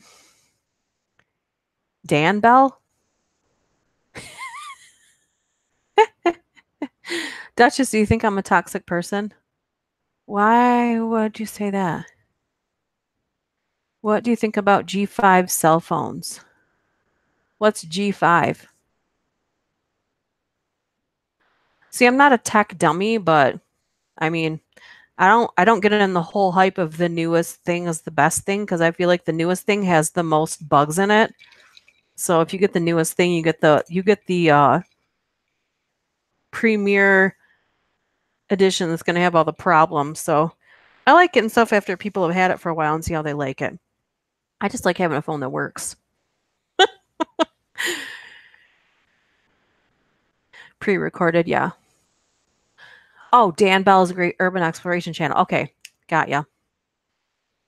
I also feel like that gives me some time too to try and get permission to some places. There's places all over Michigan that I would love to do, and I know that my husband would love to do that too. So I'll let you guys know in advance, maybe by Thursday, what it's going to be. My take on that is you might as well DP the whole ghost hunting, since chances are you might be doing a bit of urbex just to get hunt. Yeah, so maybe like do it together. Yeah, I think it sounds fun to me. That's why I want to see how it goes. Surprised my husband hasn't popped into the live stream. He must be really busy at work today. But usually he's in the chat too, so I haven't really talked to him about it yet. But I know that he's wanted to do this for a really, really long time. And so I thought, why not? It's fall now. It's getting more close to that. So, oh, I wouldn't forget my necklace for protection. I don't even like going to the store without it. I went to the store yesterday without it. And again, it's all an intention thing, but I went somewhere without it and I just felt so unprotected. But I did have a bath salt packet in my car, and I literally clutched that when I felt like that sounds crazy, I'm sure. Anyway, let's go back to the stories before I sound like a complete lunatic, which is fine. It's fine. Oh, I still had it on that one story. Okay. I have no idea how many of these we've read already. Does anybody have a clue? Maybe half of them? Looks like more than half according to the sidebar. I'm trying to gauge of how far down I've scrolled. Okay.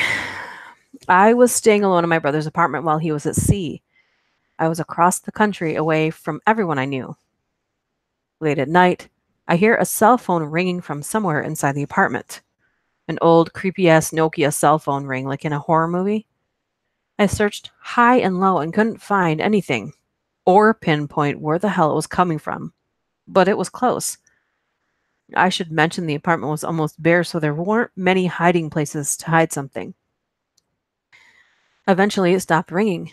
Texted my brother and asked if he left an extra cell phone home. He said no. I never heard it ring again, and I'll always wonder what the hell it was. That's creepy. Would have been creepier if something actually happened. Anyway, I was home alone by myself one night, hanging out with my chameleon. I didn't expect the ending of that sentence at all, by the way.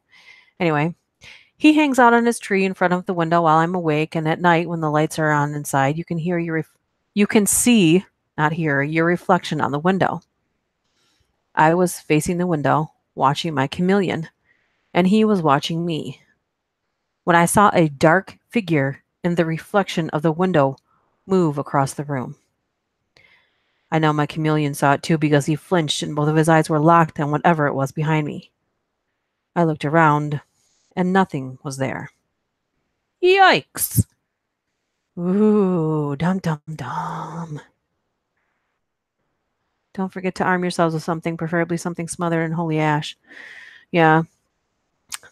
My husband has something else that's called I don't know. I don't know what the gun names are, but we both know how to arm them and shoot them and keep them on safety. And plus, my husband's kind of a scary looking dude, so people don't tend to mess with him. I don't think I'd go urban exploring without him. That would be dumb. I think even some dudes would feel safer if they went with him too. Quite frankly. Yeah. Anyway. Yeah. This is one of those moments when I wish people lived closer. So that they could go too. So yeah, that would be fun. That would be a fun type of thing to be able to do. No, going into a place, preferably I like to go into a place that's sort of monitored, that has like a groundskeeper so that it's not it's not being squatted in, most likely. I'm sure someone could probably still sneak in a place that's monitored. But more than likely it would be empty and you'd know that going in. So, yeah. Anyway, let's move on to these stories here. All right. When I was around 7 or 8, I would be home alone for about 2 hours every morning. I walked downstairs and went down on the ground hard.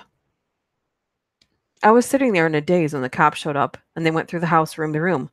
This, of course, freaked me out. What happened was my dad decided to set the house alarm for some reason. He almost never leaves after my mom. The fact is, he probably always sets it off by my mom, and then my mom turns it off when she leaves. So the alarm got set off by the dog. The dog got scared and pissed on the floor. I slipped on the piss. Then the police got called over the alarm company. Luckily, this was the 90s, because if that happened today, my folks would probably get in trouble for something stupid. That's funny. That's not scary. That's funny.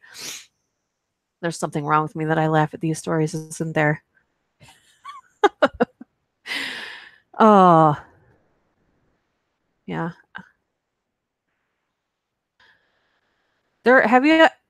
I'm just Squirrel. Swords and Blades. Have any of you watched that? There's a reality show. I don't know if it's like worldwide, but I think it's on the History Channel. And it's something about sword making. Something about blades, swords. I don't know. Someone's going to know what I'm talking about here in a second. But it looks really cool because that's an art form right there. How to make a actual sword. That's a lost art that's apparently people still practice, which is cool. Moving on. These are my mom's stories, not mine. So when I, was 10 years old, we lived in a townhouse not too far from where I live now. Every other weekend, my brother and I would go to my dad's, leaving my mom home alone. She'd be sitting on the couch and hear furniture being dragged across the floor upstairs. Obviously, we were gone and no one else was home. This happened often, multiple times a week, and even when we were home. One time, my dad had come by after we were in bed and heard it too. He asked what me and my brother were doing, awake, dragging things around. My mom said it wasn't us. He called bullshit and went upstairs to catch us. We were asleep. Other times, the taps would turn on. I'm going to guess faucets. Mostly the one in the bathroom connected to my mom's room. It happened too often, I guess, and eventually she had enough and yelled up, Can you turn it off? Because you're not scaring me. And it turned off. Another time she had went to bed. We were gone. She told me not 10 minutes after she got in bed, she heard the sound of heavy steps coming up the stairs. Her bedroom was at the top of the stairs, so when you walked up the last stair, her door was right there. So she's listening. Thump, thump, thump, thump, thump, thump, thump, silence. It stopped right at her door. She said it was the only time she had been scared in that house. There are so many stories from this place, I could go on and on. How she sat alone at night despite the things that went on are beyond me. I'm going to guess economics probably played a part in that. People ask that all the time, like, why didn't they just move? Because it's not as easy as that, I think. Layers of metal? Is that what it's called? Or no, that's just sword making is layers of metal. What is that called? I'll find out. I'll figure it out when the live stream's over. Let me check the Twitter poll and see. Kind of seems like a mixed bag here. So far, what's winning is Urbex, live or pre-recorded. So it's kind of like kind of confusing. I don't know. Anyway, your lights just started blinking. Am I haunting you? Is the chat haunting you? Like, is this affecting you?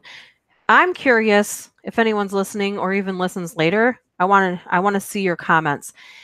Have you ever listened to mine or another person's scary stories and then something happens at your house while you're listening or shortly thereafter? I'm curious. I would love to know. Please leave comments or in the chat. I would love to know that. All right, on to the stories again. I live alone with my kitten in a 2-bedroom apartment and recently woke up in the middle of the night to hear music playing across my flat. I got out of bed, crossed my apartment to my spare room, where my computer was black and playing music. I had been listening to music before bed on my computer, but I'd turned off the music to go to bed. I rarely turn off my computer, but it goes to screensaver after a minute of being untouched, and then you need a password immediately to unlock it. So there's no way that my homicidal love muffin could have stepped on the keyboard to hit play and restarted the tunes. Also, my screensaver goes on for an hour, and the screen was black. So the music had to have been playing for a while. But I'm such a light sleeper that I would have woken up earlier. Freaked me right out. I have a few weird things happen to me so far in this place, but this was the freakiest. Yeah, that's paranormal, definitely, because you have no explanation for it.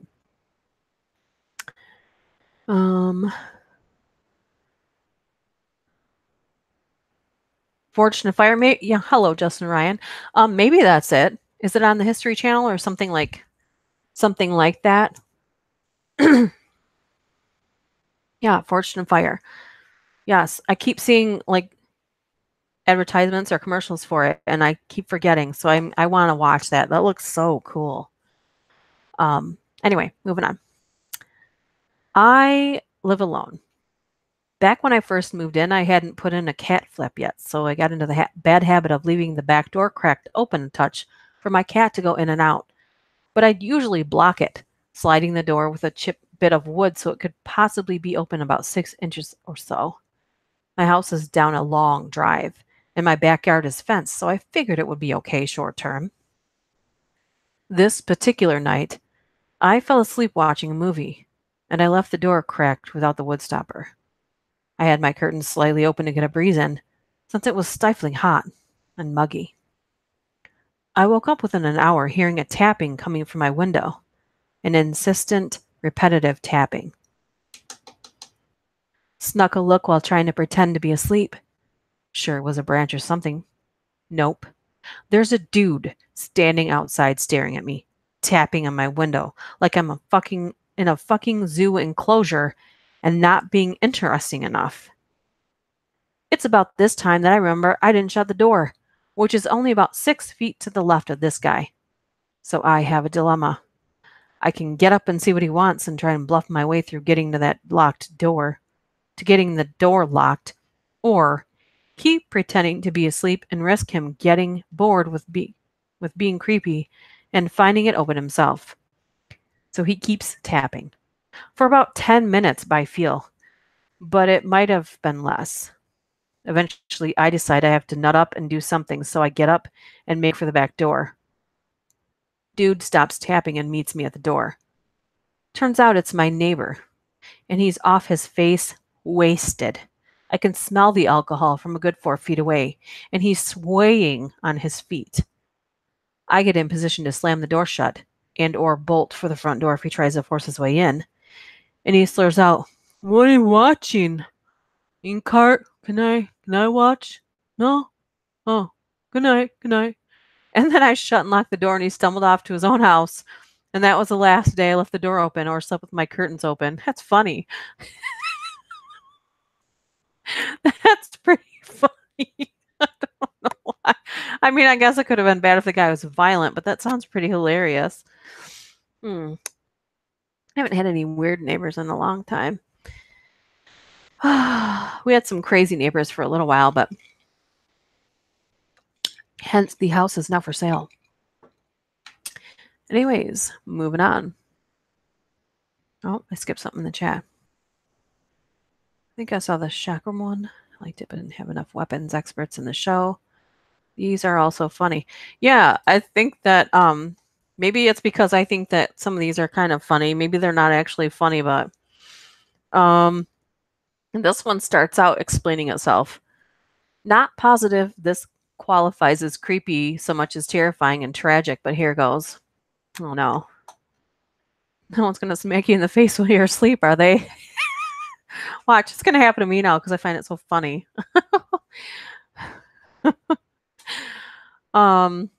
Day before Valentine's Day, 2010, I experienced the most terrifying night alone at home that I hope I ever experience. But it has more to do with the tragic as opposed to the paranormal. My mom and dad had asked me to go dog sit our family German Shepherd at the house that I had grown up in Philadelphia while they took their first them-only vacation since my brother or myself had been born. The plan was for them to be gone for 8 days, but the night in question, the third night after they'd left, was reason enough for them to come home early. I was sleeping on the couch in the living room, so this one might be bad, so trigger warning. They're describing it as something that might be horrible. I don't know. I was sleeping on the couch in the living room as my old bedroom was now a storage room for my dad's stuff. Around 3 a.m. or so, an explosively loud bang woke me from a dead sleep, and my dog started going crazy. I assumed it was his barking that had woken me up, so despite being scared shitless, my first thought was to sit up on the couch and call him over to me to reassure him that everything was fine and that he could go back to sleep. But just before I was going to sit up to do that, I heard a woman scream, "No, Dad, no!" An absolute terror, followed by another incredibly loud bang, and immediately felt tiny wood splinters fall into my eye from the wall the couch was against as they trickled down onto my face. That second bang turned out to be the sound of my neighbor shooting and killing his daughter. Those wood shavings that had gotten into my eye, they were from the impact of either her body or the bullet or both hitting the wall directly on the other side of where I was sleeping, had splintered some of the brick between our houses and caused my living room wall to push in a few milliliters. My head would have been pretty damn close to the spot had I actually sat up after the first bang to reassure my dog. Given that the bullet didn't actually come through the wall, I would have been fine even if I had sat up. But knowing what I know now, I'm glad I laid there for that extra sound. Naturally, I called 911. Made sure my front and back doors and all the windows were locked because the last thing I needed was for the guy to try and get into my house. And within 3 minutes, the next bangs I heard were those of the police kicking the guy's door down and screaming for him to get on the ground. I sat at my window and watched them walk him out in cuffs and put him in the cruiser. And it wasn't until the cops in the one cruiser had driven him away with him in it in the back that I finally opened my door to talk to the other cops that were still on the scene and talk to some of them about what I'd just heard, given a statement and all that. A week later, I was subpoenaed to testify against him in court because he was claiming that the whole thing was an accident. However, I heard his daughter scream, "No, Dad, no," before he fired the second time. No way in hell it was accidental. Testifying against him was terrifying because he got off. He was my parents' neighbor, and I knew he wasn't above murder. Thankfully, the DA made sure he didn't get off. He's 70 years old and has another 20 years of jail with time with no possibility of parole. Wow, that was awful and did not expect it to go there. Right after someone said these were all funny. Oh, that one wasn't funny, wasn't it? Damn.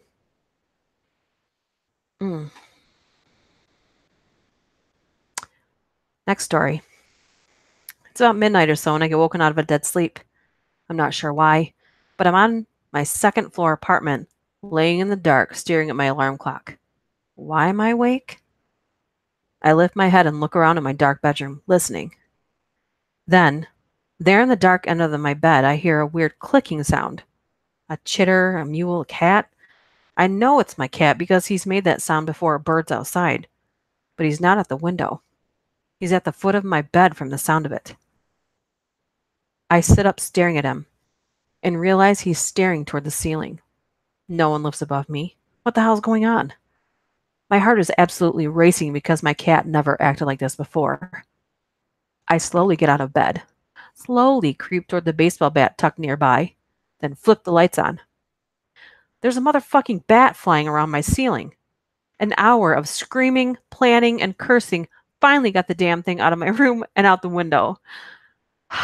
Later on in life, living in my new home alone with my two cats, the doorbell rang and my cat, who had been sleeping beside me, actually stood up and outright growled in the direction of the door. I had never, ever heard him growl before. I refused to even go near the door. I kind of jumped on, put another story in that one that didn't make much sense, but that's all right. A bat.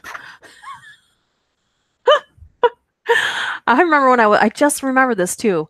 When I was really, really little, going to my grandma's house and a bat got in the house. And my brother and I were young enough to think that if you got bit by a bat, you would turn into a vampire. And we got sent to the guest bedroom. We had to sit there and wait while they all screamed to try to get the bat out of the house.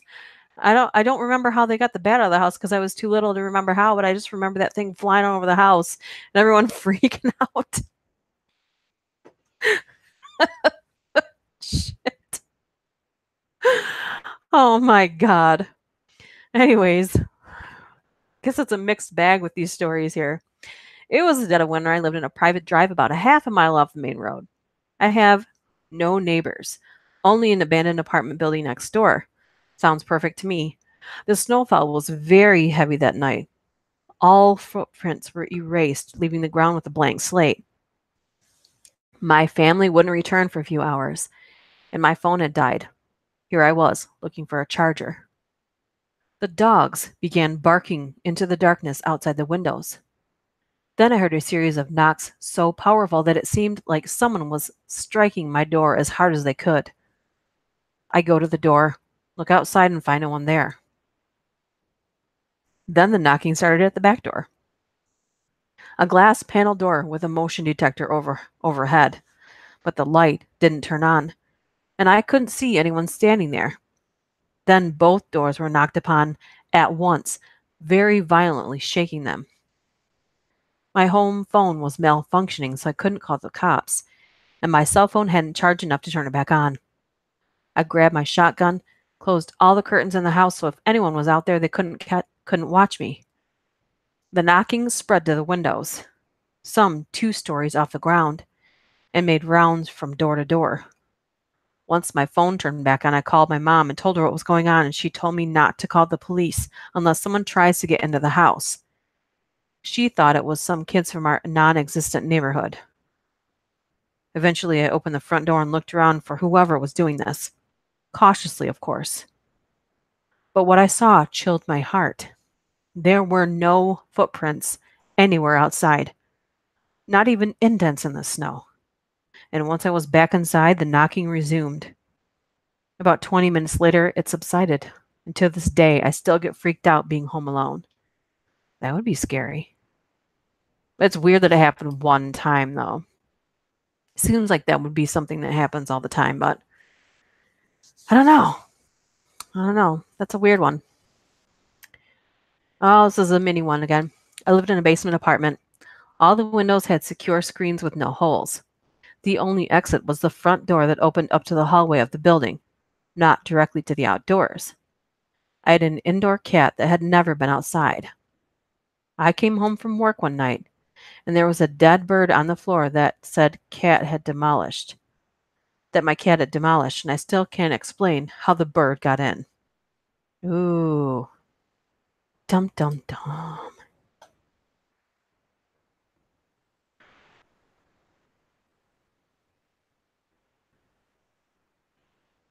Okay, this one says, I was about 21 but looked a lot younger and recently moved into a duplex. I was supposed to maintain the front yard, the neighbors the rear. So I was doing a bit of work outside one day to tidy it up so I could plant some flowers under the window. I popped inside to cool off for a few minutes and ended up drifting off to sleep on the couch. I woke up to someone knocking and looked out the peephole to see what looked like a door-to-door salesman. I didn't want to hear a pitch, so I just stood there quietly waiting for him to go away. When he turned my doorknob and slowly began to open my door, I pushed back hard and slammed it shut on him, grabbed my metal bat that was in arm's reach, and pulled the door back open a couple of inches. He looked a bit surprised and said, Are your parents home? I told him no. He handed me a brochure for a meal delivery service type thing for the elderly. I shut and locked the door, moved over to the window, and watched him book it down the street and out of view. I got a big dog after that. I made sure not to leave my door unlocked anymore. Yeah, so what if it was an elderly person's home? He was just going to go in there? I don't think so. Next one. I came home one night. My computer desk was all messed up. Speakers were on the floor. Laptop was moved. I was freaked out, so I called my significant other while searching the house and found nothing. Went to bed and heard a loud noise at 4 a.m. My 70-pound dog was jumping on the desk to lay. Oh, the dog was sleeping on the computer desk. That's hilarious. 70-pound dog was getting up on the desk to lay down. Oh my God.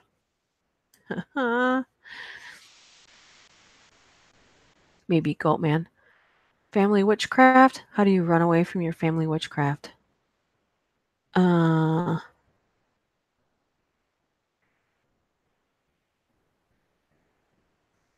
I mean, I'm not an expert, but you can put a protection spell on yourself. That's what sea salt's for, baby. Sea salt, sea salt, sea salt, sea salt. Holy water, sea salt. Of course, I don't know. The Catholic Church incidences might steer me more toward the sea salt, but I don't want to bash anyone's belief system. Not about that. Anyway, when I was about 7 years old, I came home from school one day with a cold or flu or whatever. My parents were at work, and my nearly 80-year-old grandma had come over to be with me. I was in bed. She was somewhere else in the house. The cleaning lady, Betty, suddenly came into my bedroom and sat down heavily on the chair by my dressing table. She was breathless and managed to say, "Are you feeling better?" Before collapsing sideways against the dressing table, awkwardly bashing her head, and ended up sprawled under the table with her head at a strange angle. I was terrified. I waited a moment or two and then approached her, just in time to hear what I much later learned was called the death rattle. Some vomit came out of her mouth. I ran for my grandma. She came in and very quickly bundled me off to the neighbor's house where I stayed till the end of the day. I knew she had died, but my parents pretended for at least 10 years that she just fainted. It was pretty traumatic, and I moved out of that room fairly quickly afterwards. My little brother moved into it. He was far too young to grasp what might have gone on. He can still see her falling or I can still see her falling and remember the noise she made. Horrible memories. That one's just sad. That's crazy, though, the way that happened. Hmm. Oh,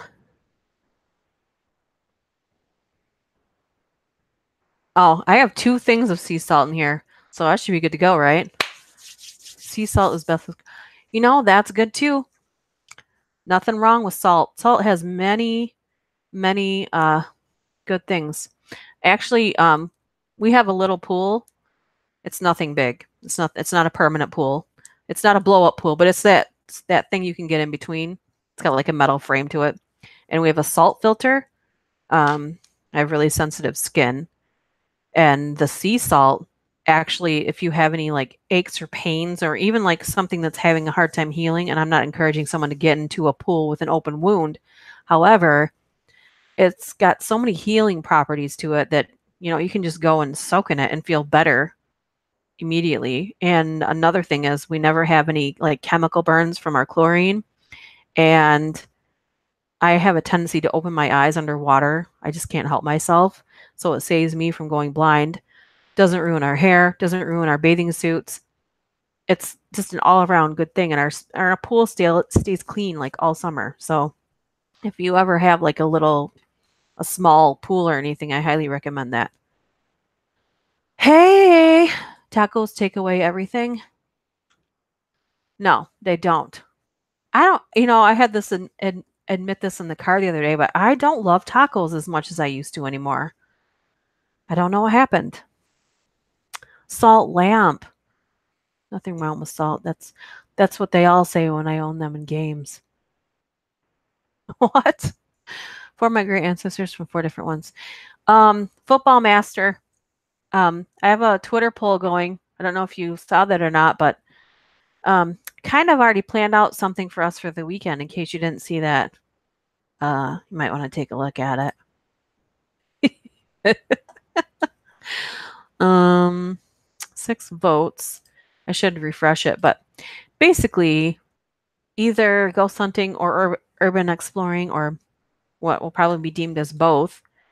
And I'm either going to live stream it or pre-record it. Probably pre-record it because then I can cut it together and get the garbage out of it. And then we could go over like extra footage after that. There's only 6 votes, and it's kind of like a tie between the live stream. But no.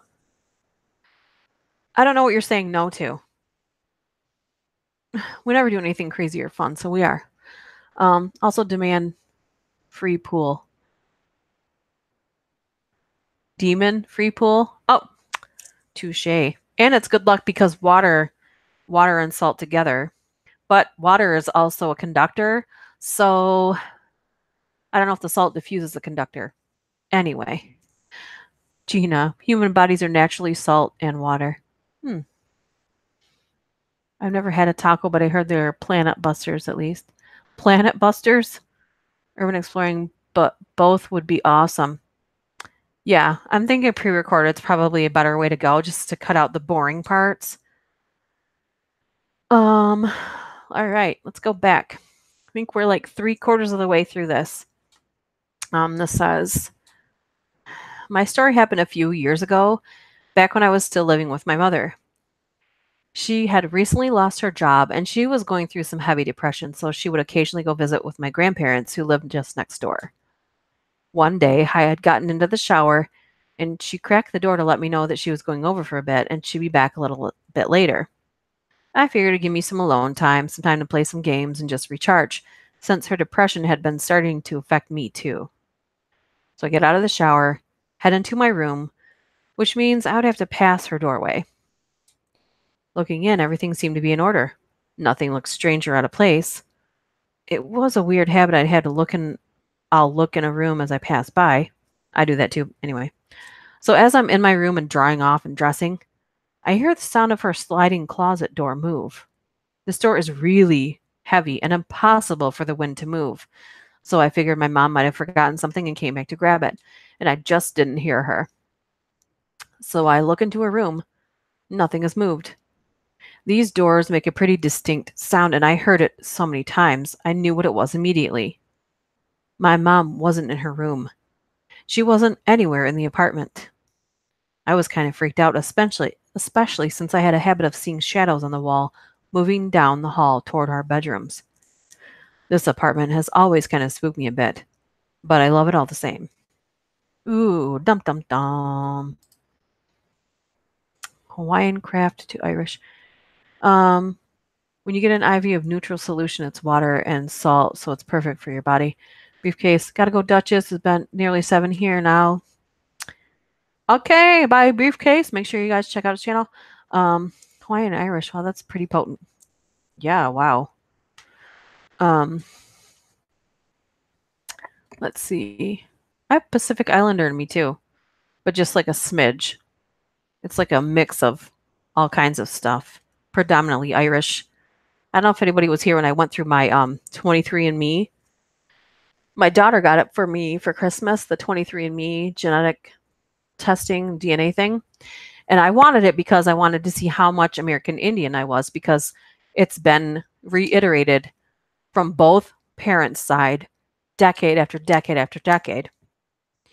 And looking at it, I was disappointed only because it makes you think, okay, no one knows what they're talking about, because I had not enough American Indian to even register on there. Anything that would have been thought as like a ethnic trait from an American Indian comes from the African and the Asian. Now that's pretty cool to me, but it also bothers me because my grandfather's father was supposed to be full-blooded Indian. So that was kind of depressing to find out that there was inaccurate storytelling going on in my family. It's kind of cool to see your whole thing. So that was bothering me because I was so confused when I got it back, because it just really tells me that no one knows what they're talking about when they're talking about family things without anything to back it up. So that bothered me a lot. Anyway, still kind of cool to see where your family comes from.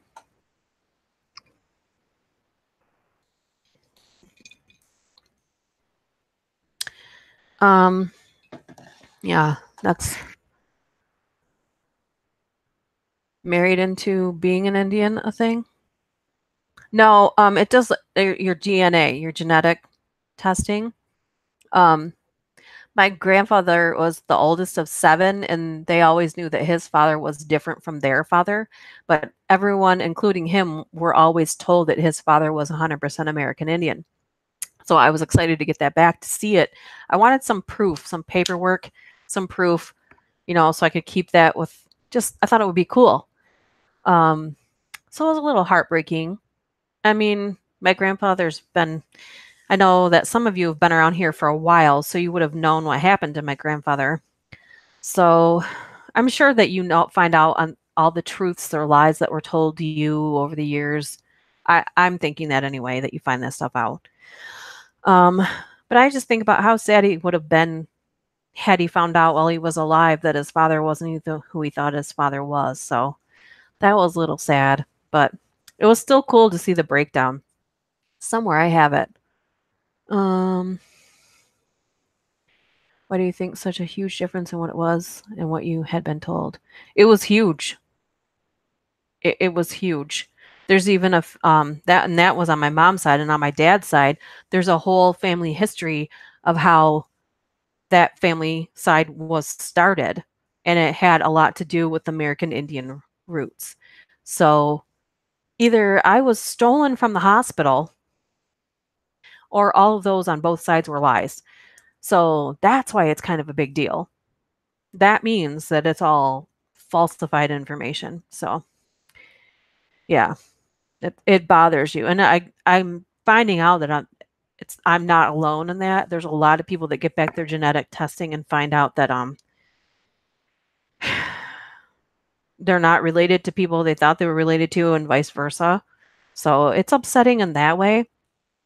But it was still kind of cool because there's things about myself, and my daughter's inherited those too, that the DNA explains some of that. So that was kind of cool. But let's go back to the stories, because I can see people are going to get bored with that. Anyway, Not alone, but when my sister and I were young, still in grade school, my mom was doing laundry.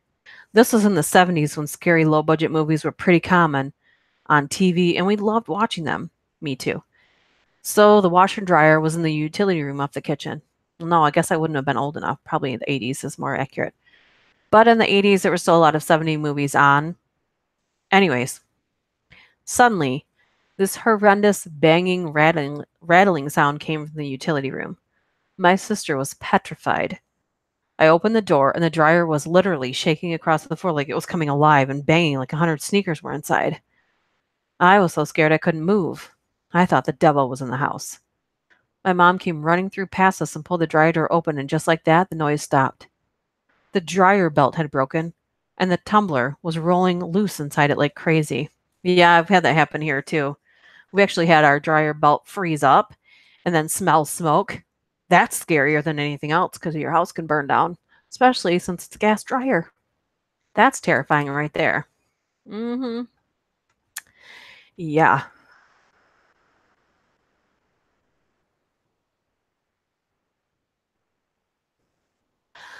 Yeah, Bernadette, you told me that before. No, I didn't because I don't think I want them having any more access to my genetic material than possible. So, yeah. I think I want to do it again through a different company. I just don't. Plus, it took them a really, really long time to get me my results back. So I feel like maybe they just gave me whatever. I don't know. I have questions about it, that's for sure. Anyway, next story. I only have a few of these left. So the backstory is that I worked at a 24/7 roster and I obviously am single and live alone. Okay. I didn't know why it would be obvious, but anyway. I finished my night shift at 7 a.m. and went home. I was meeting my mom for brunch, so I laid down in bed but set my alarm for every 5 minutes so I didn't crash and miss her knock on the door. I laid on my side, facing the closed concertina sliding door that separates my bedroom and living room. This is Australian summer, so 8 a.m. means full daylight streaming in. Door has to be shut or it's blinding. I hear the clink of keys, then the grinding of one entering the keyhole in the front door. First thought is, but Mom doesn't have a set of keys. Then I realize I can't sit up or move at all. I hear footsteps on the kitchen linoleum, the key coming out, the door shutting, then footsteps on the carpet, and the thud of a handbag being dropped. Then a voice that says, "I'm home, hun." Don't know how to explain the accent. I call it restrained Aussie. You imagine Aussie accent as, "Yeah, how's it going, mate?" But restrained is Aussie reduces emphasis on vowels.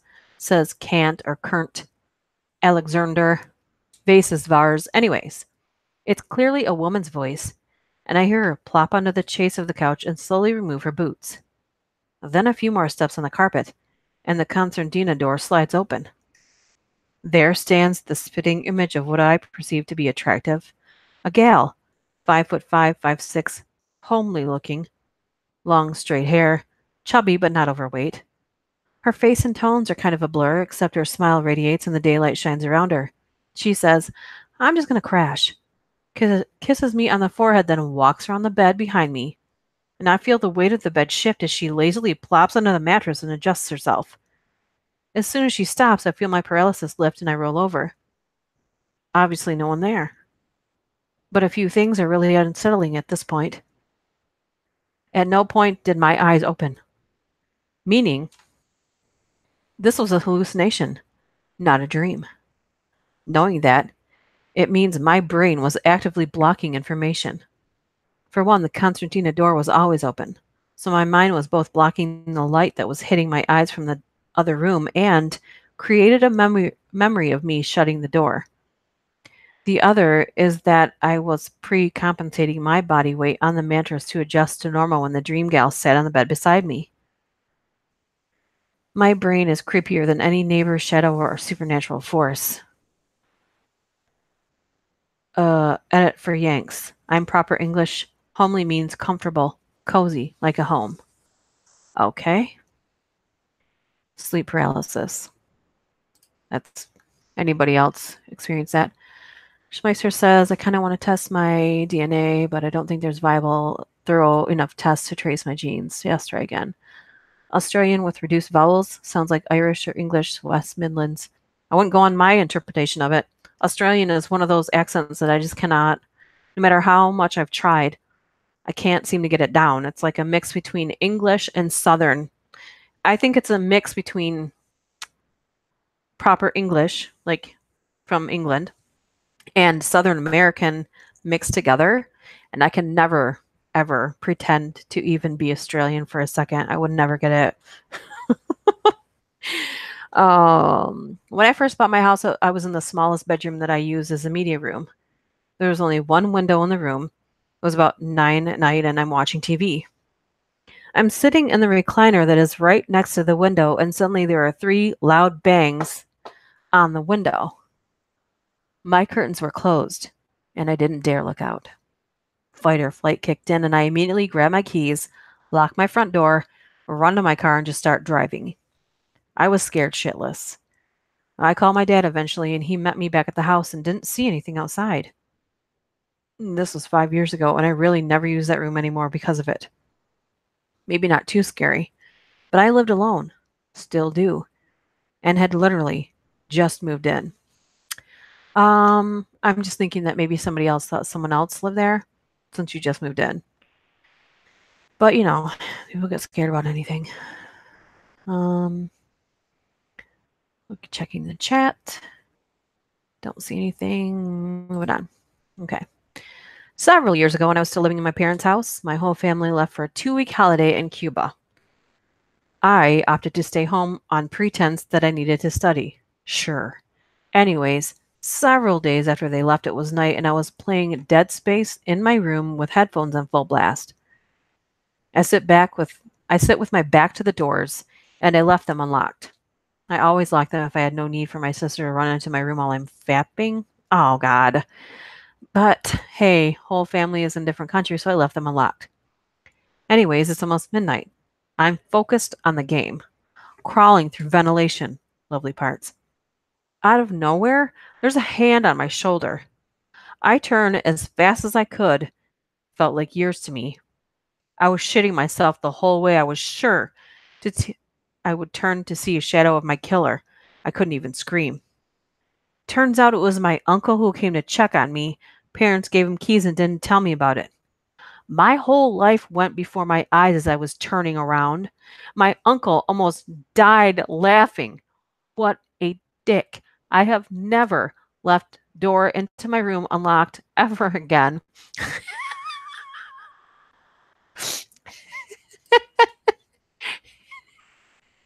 There's only one more story now. Yeah, I didn't expect it to Melekilikimaki Melahaniho.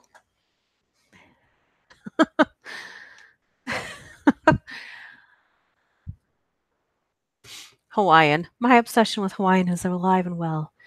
Vaping and Dead Space will do that to you. Yeah, he was fapping. Fapping. Yeah, but I think vapping would do that well.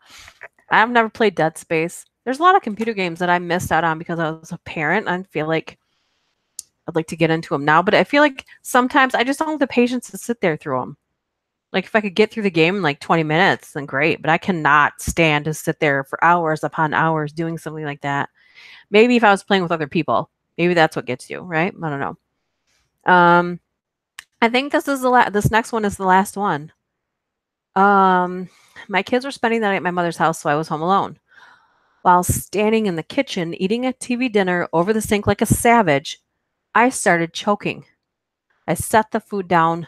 My swallow reflex stuck on infinite loop, and I remember thinking, well, why the fuck not? I pounded on my chest a few times to no avail, and slowly darkness started working its way in from my peripheral vision, and I felt myself falling forward. Woke up on the tile floor, face down in a puddle of drool and vomit. The only thing I can figure is the force of falling face first onto the hard floor acted as a Heimlich maneuver and saved my life. Wow. That's terrifying. Oh my God. This is how I die. So blasé about it. Eating a TV dinner like a savage.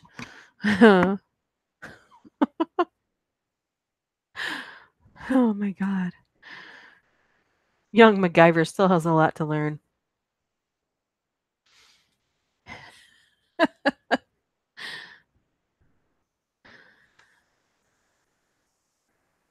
Melikaliki, is it Melikaliki?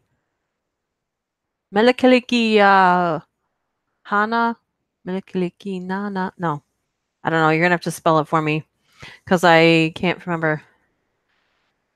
It's Merry Christmas. Lying face down with a bait of sideways is a recovery position. Okay, email you, Bernadette. What now?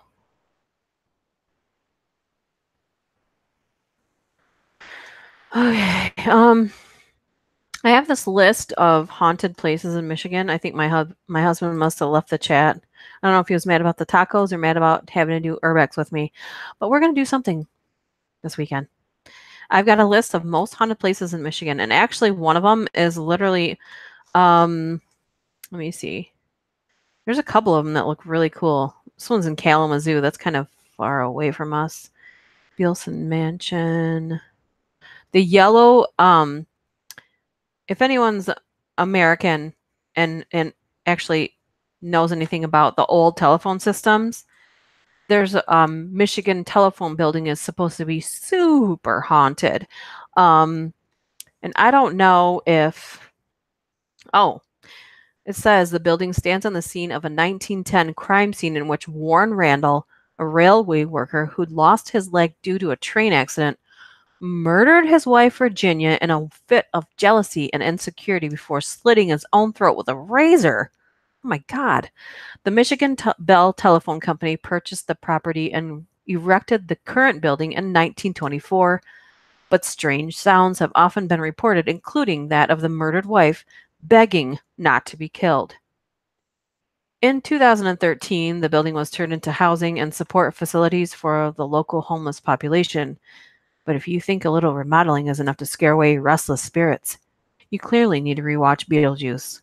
Oh, that's funny. Somebody's witty. Actually, there's the Holly Hotel, which is actually about 15 minutes from us. Very known to be haunted. I actually know a couple of, there's a guy I went to school with who's a comedian, and he said he stayed there and saw some stuff happen. The Whitney, says it's a restaurant. Detroit's Whitney restaurant is one of the most upscale joints in town and a reflection of the city's economic grandeur in previous times. Yeah, those are some of my favorite, are like Flint and Detroit's older buildings that have been restored or still like good enough to go in and see the details. They just don't make places like that anymore with the woodwork and the brickwork. I wish they did, because they're absolutely beautiful and they stand the test of time.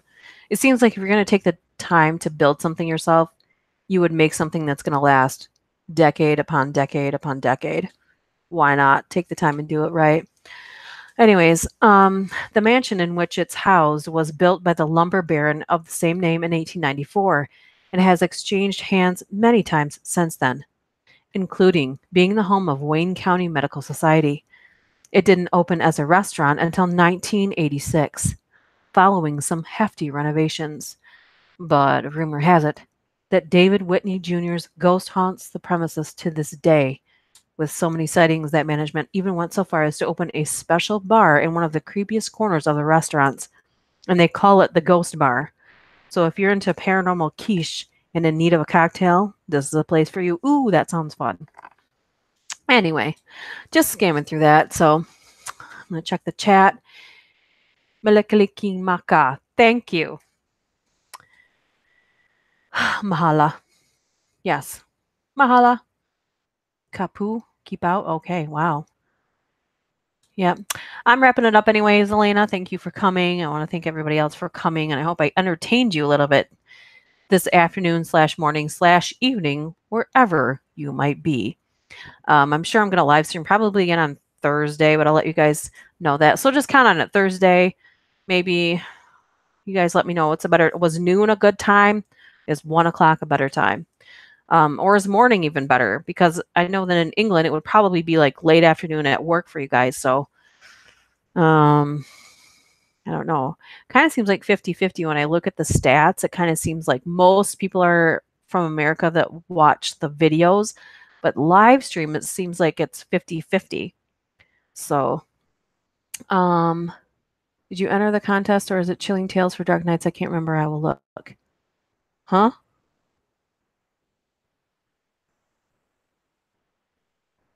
What are you talking about? I don't know.